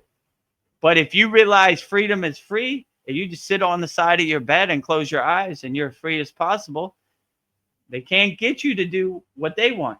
They're not going to go do it. Send your son to war if you believe in it so much. Wait a minute. Wait a minute. He's got to be here and he's got to use drugs. He can't go to war, right? You got to go to war because you're dumb. And you got, if you're black, you got to go to war and fight for something you don't believe in. So you could get an education or whatever, or you're Yeah. Mexican, It's crazy. No, I don't. And then Like, you get in this war zone and you're like, oh, they got me, I made a yeah. mistake, so just don't let them sell you some snake oil or the Brooklyn Bridge. They're trying to sell you happiness that is internal, not external. So they're always trying to say you need this, you need that, you need a college education, you need a new car, you need a bigger house, you need this, you need that, when you realize you have everything you need, they can't sell you anything. And that is probably the most spiritually uplifting everything. If I want happiness, I'll just close my eyes and I'll be happy as possible. I'll try to spend my money on the minimalist things and things I don't really need that are gonna give me temporary happiness, like water dripping out of my hand. It's just I don't really need it. Yeah. I mean, still to this day, I have an iPhone 11. It does the exact same thing as the Yeah. iPhone 16. It has the same operating system. It has the Yeah. same apps. What do I need an iPhone 16 for? Oh, your friends would think you're cool. Yeah. I don't care what my friends think. Yeah. You know, I could do a lot better things with $1,000 than buy a new iPhone or whatever. Yeah. That does the same thing as my old iPhone. You know. Yeah. And So people are so attached to their phones. Constantly upgrade, upgrade. yeah, exactly, and yeah, my car. I don't need a new car. It does the exact same thing. Well, when Yeah. they got the electric cars, what do I care? My car drives me from A to B. I don't care if it's electric or not. What's the difference? I mean, if I bought an electric car, then I would have an electric car. I'm satisfied with the car I have now. Yeah. I don't want to spend an hour how it like fuels up with electricity. Better things to do too. Oh, like charges at a charging Yeah. station and like waiting there. I'm saving the environment though. Yeah. Good for you. Are you really?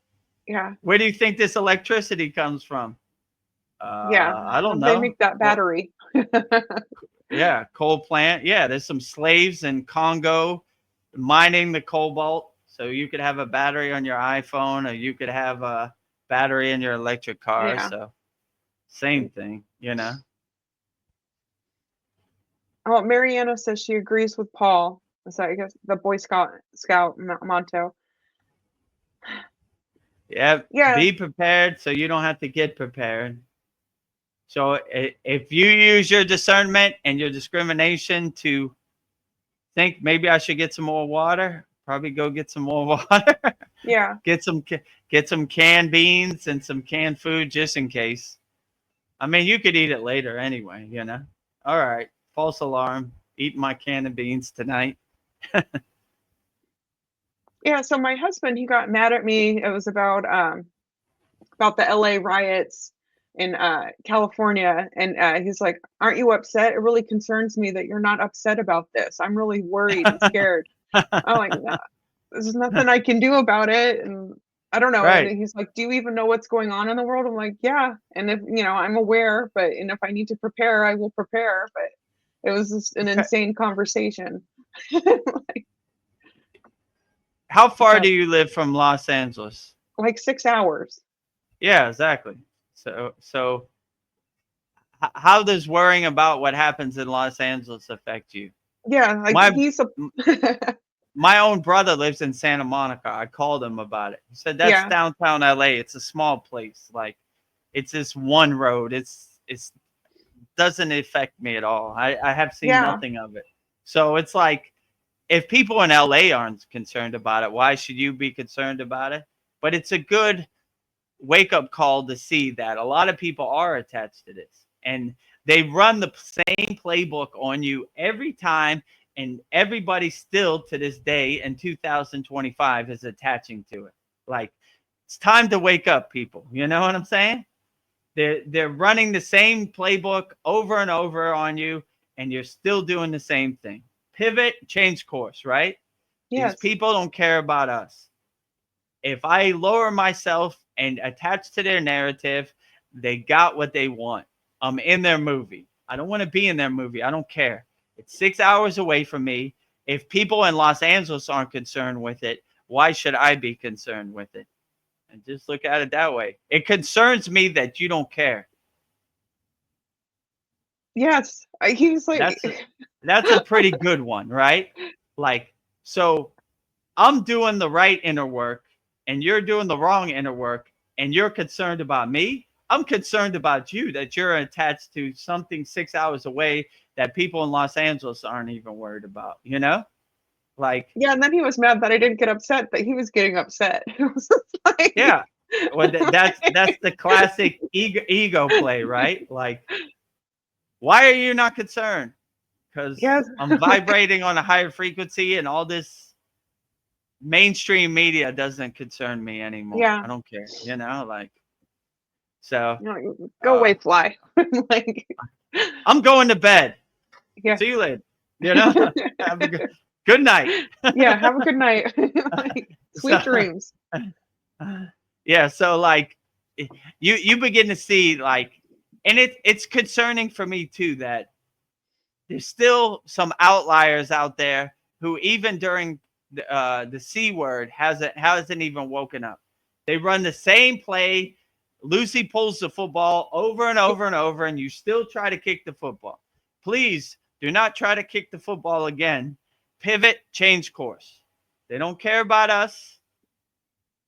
I see you behind the curtain, Wizard of Oz. I'm not going to attach to your narrative no more, right? You got me? Okay, you got me. You got me my whole life. I got it. That conditioning was strong.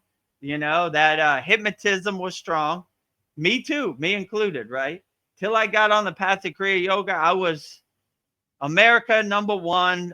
I regurgitated the whole narrative. We need to bomb these places. We need to do all this and that. I was totally in that mindset. But then I woke up and said, wait a minute, this doesn't make sense. I would start using my discernment, start using my discrimination, and you begin to see like you don't have to regurgitate this to the end of your life. This doesn't your soul doesn't identify with your flag, your country. These people don't care about you. So why should you care about them? Yeah, And you should just do what serves you in the present moment, uplift yourself, and don't attach to their ghost stories because that's all they are, ghost stories. Some faraway place. Oh, this is going to happen. Oh, you see what they're doing in Los Angeles, 6 hours away. Far away. Are they doing that in front of our house? No. no, Doesn't concern me, right? Like, I don't care, You're just looking at somewhere far away. If people in Los Angeles don't care about it, then yeah, you definitely shouldn't care about it.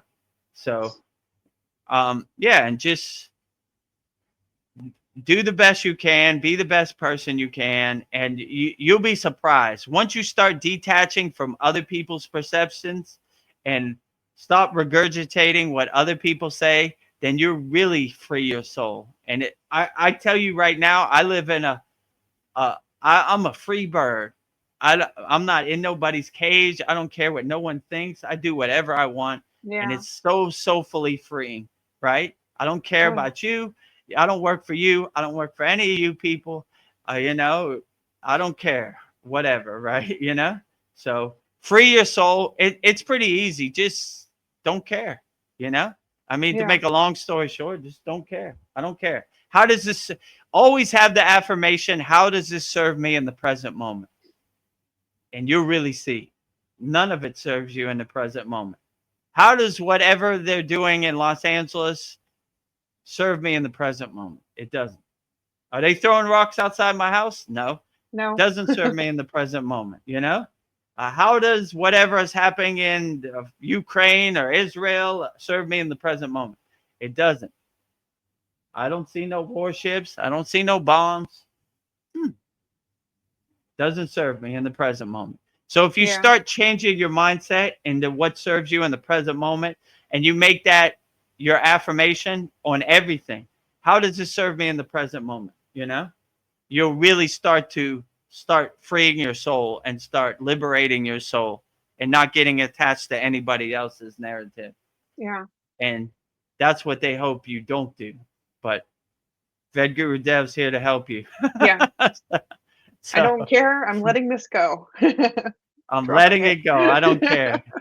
I'm getting mad because you're not getting mad with me. Yes. That seems like a problem you need to fix. Yeah. Go in the bathroom, look in the mirror, and fix yourself. You know, that sounds like how can I put this lightly? A baby, right? Like Yeah. when I was 5 years old, I stole a cookie and I had it in my mouth, and my mother said, "Did you just steal a cookie?" And I said, "No." You know, You got a cookie in your mouth. right? So you know, like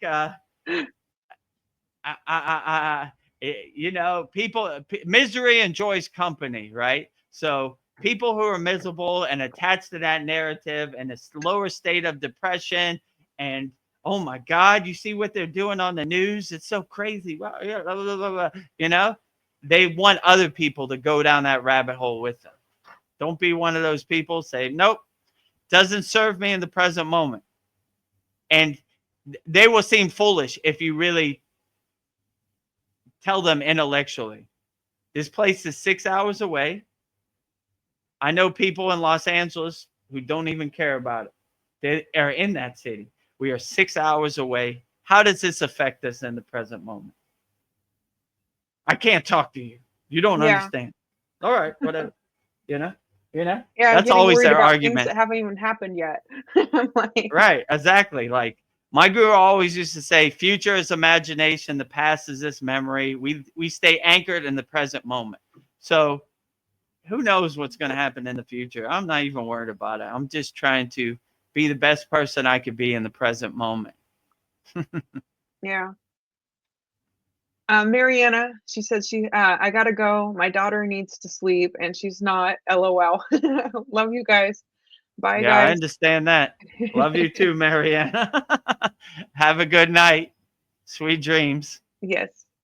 And Vedagurudev and Veronica, remember you're powerful, you're beautiful, and you're free.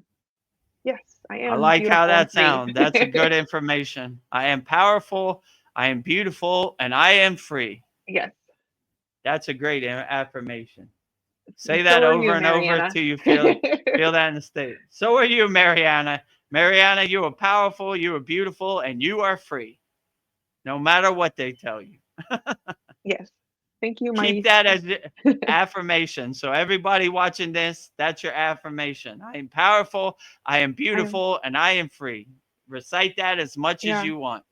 I'm And powerful, I'm you beautiful, and free. and that would definitely free you. That feels good right away. Yeah, it does. Just saying it out loud. And then she says, about what we were talking about. The same playbook, different PSOs, ops. PSO ops. Abs- Yep. yep, absolutely. Same ops. Same ops. Forcing that playbook down your throat over and over and over. You know? Well, Yeah. they do the same thing You know, how did my father used to say this? Being smart is doing something different and changing course. Being stupid is doing the same thing over and over, hoping to get a different result. So you are smart. You could change directions. You could pivot. You could change course. They are stupid. They have the same playbook. They've been running the same playbook. They've been running since JFK over and over, you know, like over and over, you know, it was a lone gunman, the magic bullet, over and over. I mean, all this weapons of mass destruction, Gulf of Tonkin, Butler shooter. Oh, this 18-year-old kid went on a roof and he shot at the president. I don't know how it happened. Crazy. Yeah, nobody noticed. They're still running the same playbook in 2024 and 2025. Use your own discernment. Use your own discrimination. Yeah. Use your own intuition to make the best choices for your life. You are the king of your castle. You laugh at their joke like it is. Like, ah, yeah, good one. You know, I don't care. You don't care? What do you mean you don't care? They're burning Los Angeles. Los Angeles is burned, you know, way more in the beginning of the year from fires. It happens, you know, whatever, you know, I don't care. I can't verify it. I don't see anybody throwing blocks and cylinder blocks outside my window. What do you mean? You don't care? If you don't attach to the narrative, they don't have no power. But if you give your power away, they have your power. So you just Yeah. don't give it no power. Like, I don't care. It's a cool ghost story, bro. I can't verify it. You want to see how much this affects me? Open the door. Rioters, police cars. Nope. Doesn't affect me. Junk. Yeah. You know? You know? Oh, well, I Yeah. can't talk to you. You don't understand what's going on in the world. Yeah. Yeah, you're right. I don't understand what's going on in the world. It's junk. It's trash. It doesn't serve me in the present moment. I let it Yeah. all go. Woo, cool ghost story, bro. You know, you see what happened in Ukraine? Nope. I don't believe in ghost stories. You know, you see what happened in Israel? Nope. I don't believe in ghost stories. You see who won the NBA finals? Nope. I don't believe in ghost stories. Ghost story, ghost story, ghost story. Then you really start focusing your energy, right, on what serves you in the present moment. Yeah. And what serves you in the present moment? Doing your inner work, being as happy as you can, being as forgiving as you can, being compassionate, loving as you can. Absolutely. Unconditional love, and just Things I waking can up with a big yeah. smile on your face. Big smile on your face every day. That is Yeah. beautiful. Yeah. We're focusing on things I can control myself, like doing my own inner work. Yeah. Yeah, That's beautiful. absolutely. I have a nice comment for you. Great. Practice being. Outstanding.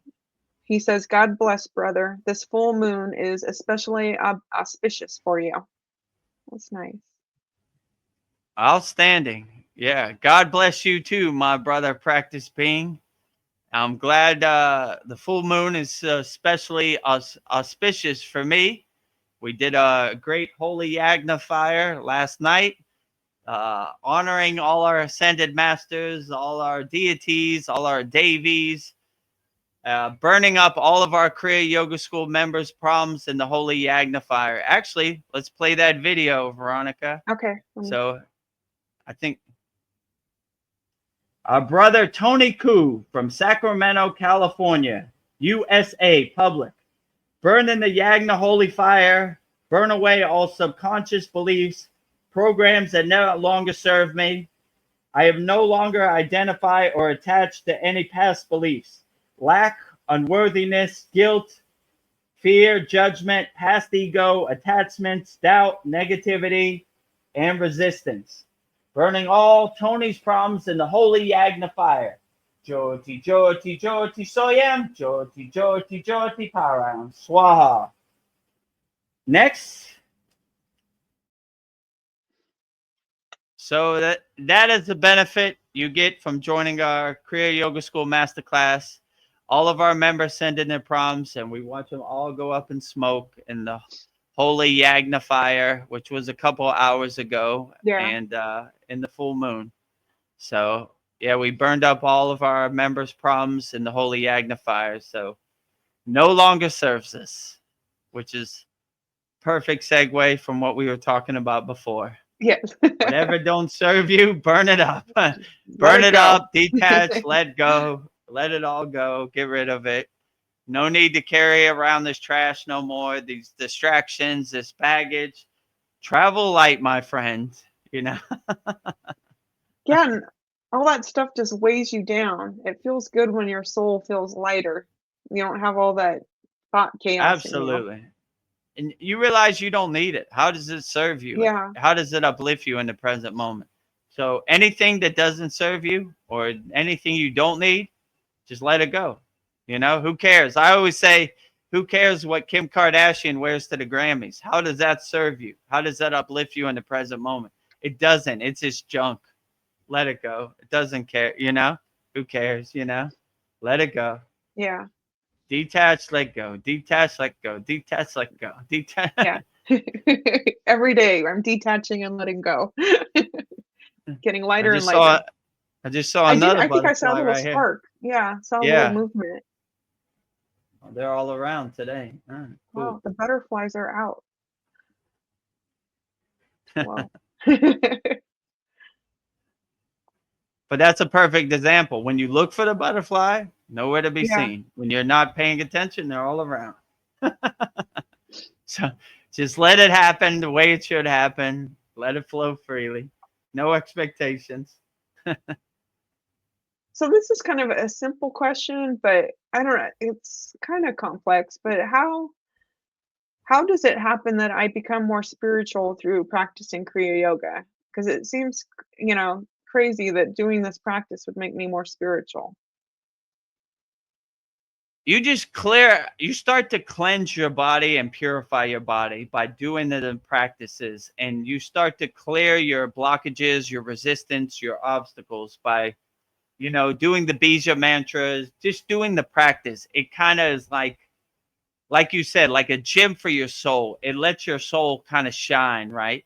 Because when you're not spiritual, you have all these blockages and all this distractions and all these attachments that your whole life have been clogging you up or blocking you or giving you obstacles, and it starts to free your soul and let your soul be more freeing. And so, like, I would definitely say that it helps your soul shine more, and it helps you get to a higher state of awareness. You're not really attached to the lower instincts or the lower vibrations, or you're not in a state of fear.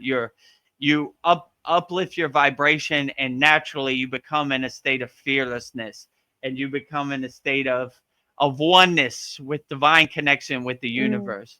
So I would definitely say that all these techniques, and it's kind of weird how the kriyas work. They kind of sneak up on you, and you kind of realize, like, you wake up like, I feel a lot better than I feel yeah, yesterday. And it it's a gradual process, but it's a really blissful experience. Like, when you kind of surrender to the kriyas, they just kind of guide you and direct you, and it just kind of takes hold of you, and you wake up one day and you don't even recognize who you were a year ago. And here you are, and you're more kind, you're more compassionate, you're more loving, you're not attached to other people's lower emotions, and you just are experiencing the oneness with God and realizing your true inner potential and your true nature. But it kind of, it's no way to gauge it. It just kind of happens after doing months or weeks of sadhana. It just you just start to enjoy the process, the way it makes you feel. And that's basically, in my opinion, how Kriya Yoga works. nice. It just kind of gradually happens. Yeah, I agree. Like I don't even recognize myself. Practice being says that. Did I remove that accidentally? I now smash and demolish by my spoken word every untrue record in my subconscious mind. They shall return to the dust heap of their native nothingness, for they come from my own vain imaginings. Yeah, that's a good way to put it. Some people use that harsh approach. I smash all my unwilling thoughts that no longer serve me. I destroy everything that doesn't serve me in the present moment. And anything I can't control, I throw in the trash can and throw it away because it no longer serves me in the present moment. So yeah, I would definitely say that's a good perspective to have. Practice being. I mean, that's basically what Sudi is. It's basically purifying, cleansing your thoughts before you go into meditation. Just detach, let go. What am I going to eat for dinner tonight? Detach, let go. Doesn't serve me right now. Detach, let go. Detach, let go. Detach, let go. Detach, let go. When you smash and destroy all your thoughts and let them dissipate and dissolve, you realize they don't serve you. And it's a good technique to purify and cleanse all your thoughts so they don't follow you into meditation. Because when they follow you into meditation, that's when the monkey mind is activated and jumping from tree to tree and so on and so forth. So you don't want to give your monkey mind anything to look at. You want to be totally clear in meditation and just be alone to sunbathe in the grace of God, alone to have tea with God, alone to align yourself in the state of God. And that's when you have a profound state of being in what they would call meditation or samadhi. So I agree with you. Smash all those thoughts, dissolve all those thoughts, destroy all those thoughts, dissipate all those thoughts as much as you can. And when you do that, you will have a profound meditation and you will have a higher state of consciousness and you will realize your true inner potential and you will be in a profound state of being. So I Yeah, like I what he like that. says, practice being, you know, Yeah. definitely I like his practice being. visualization, just like it shall return to the dust heap of their native nothingness. That's powerful. Right. Just turn all your thoughts into dust. Put them in a Pra- big heap in the dustpan and throw them away. They yeah, no longer serve swaha. you. Swaha. Swaha. And then practice being says, I now make my perfect records through the Christ or Babaji within. Perfect Mm. records. Mm. Yeah, absolutely. You start to write your own story. You start to write your own narrative and you write it your way. No, nobody else's way. You become the director of your movie. You become the creator of your movie. You become the writer of your book. You take control and you start taking control with guidance and a clear connection from your ascended masters, Christ, Babaji, all of the above, Shiva, Yogananda, Archangel Michael, whichever deity you resonate, Yeah. you have a clear connection where they can hit your crown of your head with the pillar of light and you have a better, clearer signal on your radio dial, let's say, no static. So I agree with you 100%. And then we've got Darren Carter in the house. He says, this is an early one, guys. Love and light to you both. Thank you, Darren. Love and light to you also, Darren, who is a member of our Kriya Yoga School Yeah. Masterclass. So love and light to you always, Darren. If you have a question, please put it in the YouTube comments. We definitely answer Yes. all your questions. How long have we been on here now? 3 hours and 50 minutes. I got to get going in about 9 minutes. Oh, okay. Yeah, I was just going to stretch my feet also. And then I'll just give you a You really great question before we go. okay? Yeah, usually around the 2 hour 30 mark and the four Yeah, hour mark. You know, give it a every two little hours. 2 minute stretch. Okay, yeah, let's go. Okay. Um, why are spiritual disciplines necessary? Spiritual disciplines are necessary, like kriyas, because it gives you the framework and the structure to practice, right? Some people need a framework, like put your hand here, do this, like a step-by-step practice or a step-by-step blueprint. Because some people are spiritually lost in the sauce, if you know what I'm saying. They don't know where to start, they don't know where to end. So having a spiritual discipline, like start here, step 1, step 2, steps 3, like a step-by-step roadmap, like we have in our Kriya Yoga School Masterclass, really helps you keep you focused. And you don't have to worry about what to do next, because it's kind of planned out for you already. Okay, number 1, number 2, number 3, number 4, so you can just go down the list and just do everything wholeheartedly. So that's why I would say a spiritual discipline is necessary for some people. Some people get to a point where they craft their own spiritual discipline, where they don't need structure. So some people, you just give them all the kriyas and they make their own spiritual discipline, their own sadhana. They say, I'm going to do this here, I'm going to do this at this time. So you start to begin to personalize and individualize your own spiritual discipline, because you know what really uplifts you. So it just depends. Some people need that structured approach. Some people like the guru stick, do it better. Do better. Yeah. Some people like the in our school, the more freeing approach, like do what works best for you, and and craft your own sadhana and craft your own yogic practice, your daily practice, and integrate the techniques that work best for you into your daily practice that work best for you. So I appreciate the more soulfully freeing approach, which is, your body better than me. I'm not going to try to tell you what to do in your body and what techniques are best, because you tell me what works best for you. And when you have the techniques that uplift you, then you craft your own spiritual discipline, your own sadhana, and your own yogic practice, because you know what is the best for you, inside you, as you. So that's why when I see other yogic programs, they're like, practice Maha Mudra for a year. What if you don't like Maha Mudra? What if it doesn't uplift you? You're going to stop practicing Kriya Yoga and you're going to say, it doesn't work. I tried Maha Mudra and it doesn't work for me. So I like the approach that we have in our Kriya Yoga School Masterclass. Here's hundreds of Kriyas.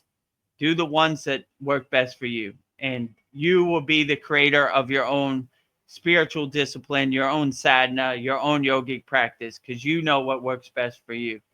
So I would say the best thing to do for Kriya Yoga, like I said, I treat it more as a science than a religious practice. Like, no dogma in our Kriya Yoga school. So like, you test it, you observe it, you experience it, so you know it, right?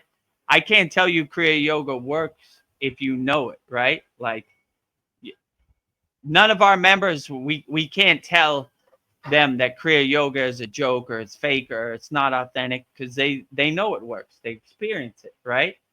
If it did it, they weren't getting results or it wasn't effective, they wouldn't be a member for over a year. So once you know it works, no one can tell you it doesn't work. So that's why it's important to craft your own spiritual discipline that is blissful to you and joyful to you. Because if you're in a state of pain, it's going to be hard to do. You're not going to want to do it. Your ego, your monkey mind is going to try to trick you. We don't need to do that today. But if it's spiritually uplifting, then you will always have a sadhana that you look forward to, that you jump out of bed to, that you can't wait to sit on your meditation cushion when you get home from work. So that's why I would say spiritual discipline is important, but you are the creator of your spiritual discipline. So make it as best as possible and enjoyable as possible, comfortable as possible, relaxing as possible, and you'll never go wrong. Darren Carter says this Kriya Yoga school is definitely life-changing. Thank you, Dev. Namaste. Yeah. Thank you, Darren Carter. I appreciate all the support, and I appreciate you joining our Kriya Yoga School Masterclass. It's a true blessing to have you in our school, and if you need Yeah. any help, feel free to reach out and book a call with me anytime. You know, whatever you're going through in the present moment, I would definitely help you overcome it as best as I can. So I was curious about you, Vedagurudev. Like in the beginning, when you were just trying to learn everything, were you just like, were you like really disciplined with yourself, or you were just trying to absorb everything you possibly could? Yeah, I was a little too disciplined. I mean, I ate, sleep, drink, Kriya yoga all day, every day. Even my guru sometimes would be like, so serious, not so serious. This is enjoyable. This is blissful, comfortable experiences, not strenuous, not struggling, not painful. Do it relaxed in a working environment. And when I had that perspective and I more breathed into the practices, then it became way more enjoyable. Yeah, it sounds like your guru was gentle with you. I like that. He did not have a Yeah, stick. I was lucky. I didn't get the stick guru, which was a true blessing from Babaji. So I had a more open-minded guru, I mean, at least in my case, some other his disciples may be a little harsher, but in my case, it was pretty freeing, which was a true blessing because I was lucky not to get the stick guru. Yeah. But yeah, so yeah, in the beginning, I wanted to go as far on the Kriya yoga path as I can, and I took it very serious. But the more I did it, the more I realized that it shouldn't be a painful experience, or I should look forward to my yoga cushion, Yeah. my meditation cushion, or I should look forward to my yoga mat.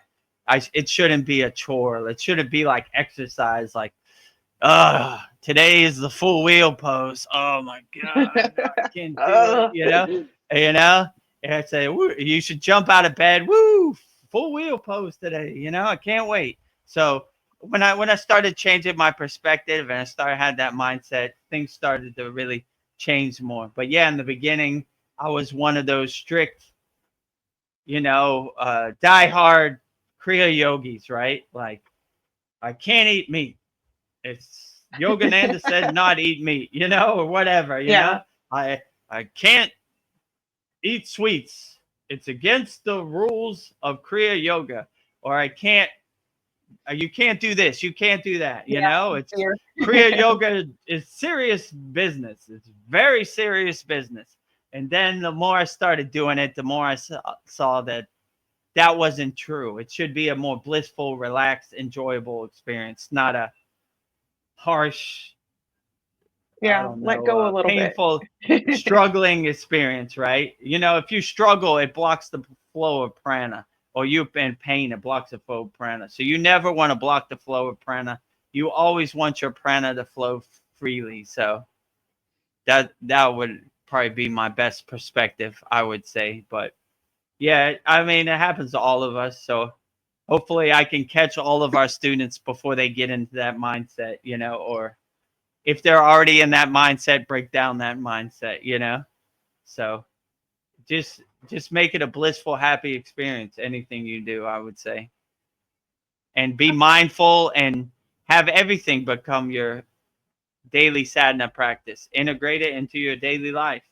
The mantras we say, have it become the soundtrack of your life, and let everything become your Kriya yoga practice, become your sadhana, become your meditation. Be mindful, washing the dishes, taking out the trash, driving to work, doing your work. Everything becomes your Kriya yoga practice, and you integrate it daily in your life. Yeah, thank you. I don't know. That's good advice. I'm excited. Ah, that practice being, he just booked a call so you guys can set up the perfect time for your collab. Okay, sounds great. Yeah. I'll look forward to your call. Once I get off here, I'll check the calendar, and yeah, let's make it happen. Practice being. Well, thank you for everything you do, Vedagurudev. Thank you for your time and sharing all your knowledge about Kriya Yoga. I really appreciate it, and I think everybody else out there does. So you're doing great work. No, So no problem. It's my true blessing to help as many people as I can on the path of Kriya Yoga. So I really look forward to it, and it's my true pleasure. You know, I'm doing this to help as many people as possible. Like I always said, give me the opportunity to make a Santa Claus list of as many people as possible. So when I yes, send my physical body, I could have a long list, and I will be undeniable to join Babaji's inner circle and that holy Yagnifier in the Himalayan mountains. Right? Like there'd be no way they could say no. no, like undeniably, you you can come in. You've done enough, Vedagurudev. So it's my true blessing. And Darren Carter says, "Thank you. God bless you." Nice. God Oh. bless you too, Darren. Thank you. Yeah, like we've had like one or two people, and now all of a sudden before we go, we have 9 people. They just like came out of nowhere. Like, That's how it always happens. yeah. it, Well, it we'll be never back. wants to stop. We'll be back twice a week. Yeah, so we'll be back. We're doing another live stream, back by popular demand. Vedagurudev Soul Talks live from a Thailand beach. That will be Sunday, 9 p.m. Eastern Standard Time. Usually go about 3 hours. We do this live stream every Wednesday at 9 p.m. Eastern Standard Time. Usually goes about 4 hours. If you're a member of our Kriya Yoga School Masterclass, we have a Saturday class where we demonstrate the techniques. That usually goes about 2 hours.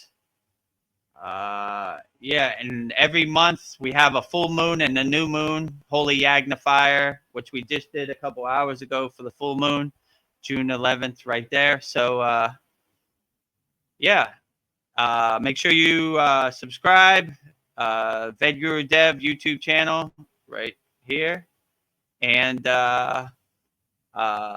discover the secrets of Kriya Yoga, 100% free. Kriya Yoga, sorry, www.freekriyayoga.com. If you need help and you want to book a call with me, like Practice Being did, go to kriyayogamasterclass.com. Click on the red book a call button. Uh, Calendar will come up and the time will come up. Pick the best time and date for you, and then I'll go on a call with you and we'll try to solve all your problems. Or if you just want to join our Kriya Yoga School Masterclass directly, go to Kriya Yoga Masterclass. There's another red button above that book a call button. It says join the Kriya Yoga School now, Masterclass now. Yeah. Click on that. It would take you right there, and you will become a member of our Kriya Yoga School. And if you become a member of our paid Kriya Yoga School, I will help you 100% from all my heart, whatever you're overcoming. Give me 30 days and I'll try my best to solve whatever problems you're going through. $50 a month is way better than going to see the doctor or therapist or anything. Whatever you're going through, I'm going to do my best to help you overcome it Yeah. and get you on the path to Kriya Yoga. Just give me 30 days. If it doesn't work, you don't see results, it's not effective, you can cancel after 30 days. This is my guarantee to you. So just give me a try. At least you could say you did Kriya Yoga and you learned about it. So you're not guessing. You gave it a try. And I just have a yeah. One more question. Practice Being, just before we go, he has a question about what time does 10 a.m. translate to in Thailand? I don't want to book a call at an inconvenient time, although I know you're willing and available 24/7. And he's Where are saying you located at? I said 10 a.m. Eastern Standard Time. So 10 a.m. Eastern Standard Time would be 9 p.m. Thailand time. That's good for me. So, yeah, you can book that call. That's a good time for me. Yeah. So you could book 9 p.m. tonight. That's a good time for me. So Thailand is 11 hours ahead from the east coast of America. So yeah, book that good. call, and I'll see you on a call tonight. Practice being, and let's help people through the practice of Kriya Yoga. Sounds like a beautiful thing. Yeah, I can't wait. All right. Well, I guess we'll put a bow on this and wrap it up. This has been a great conversation. 4 hours, as usual. So we will now wrap up our June 11th Vedagurudev live Kriya Yoga Q&A Satsang here at the Kriya Yoga School. Maybe I'll go down a little bit so you can see me. That cuts me off a little. And so I will finish up our June 11th Kriya Yoga Satsang with the Shanti Universal Peace Mantra, giving peace and love to all people all around the world. Om Shanti, Shanti, Shanti, Shalom. Sat Nam Sadhu Tao Om Spirit Swami Kami Amen Amen Omen Selah Om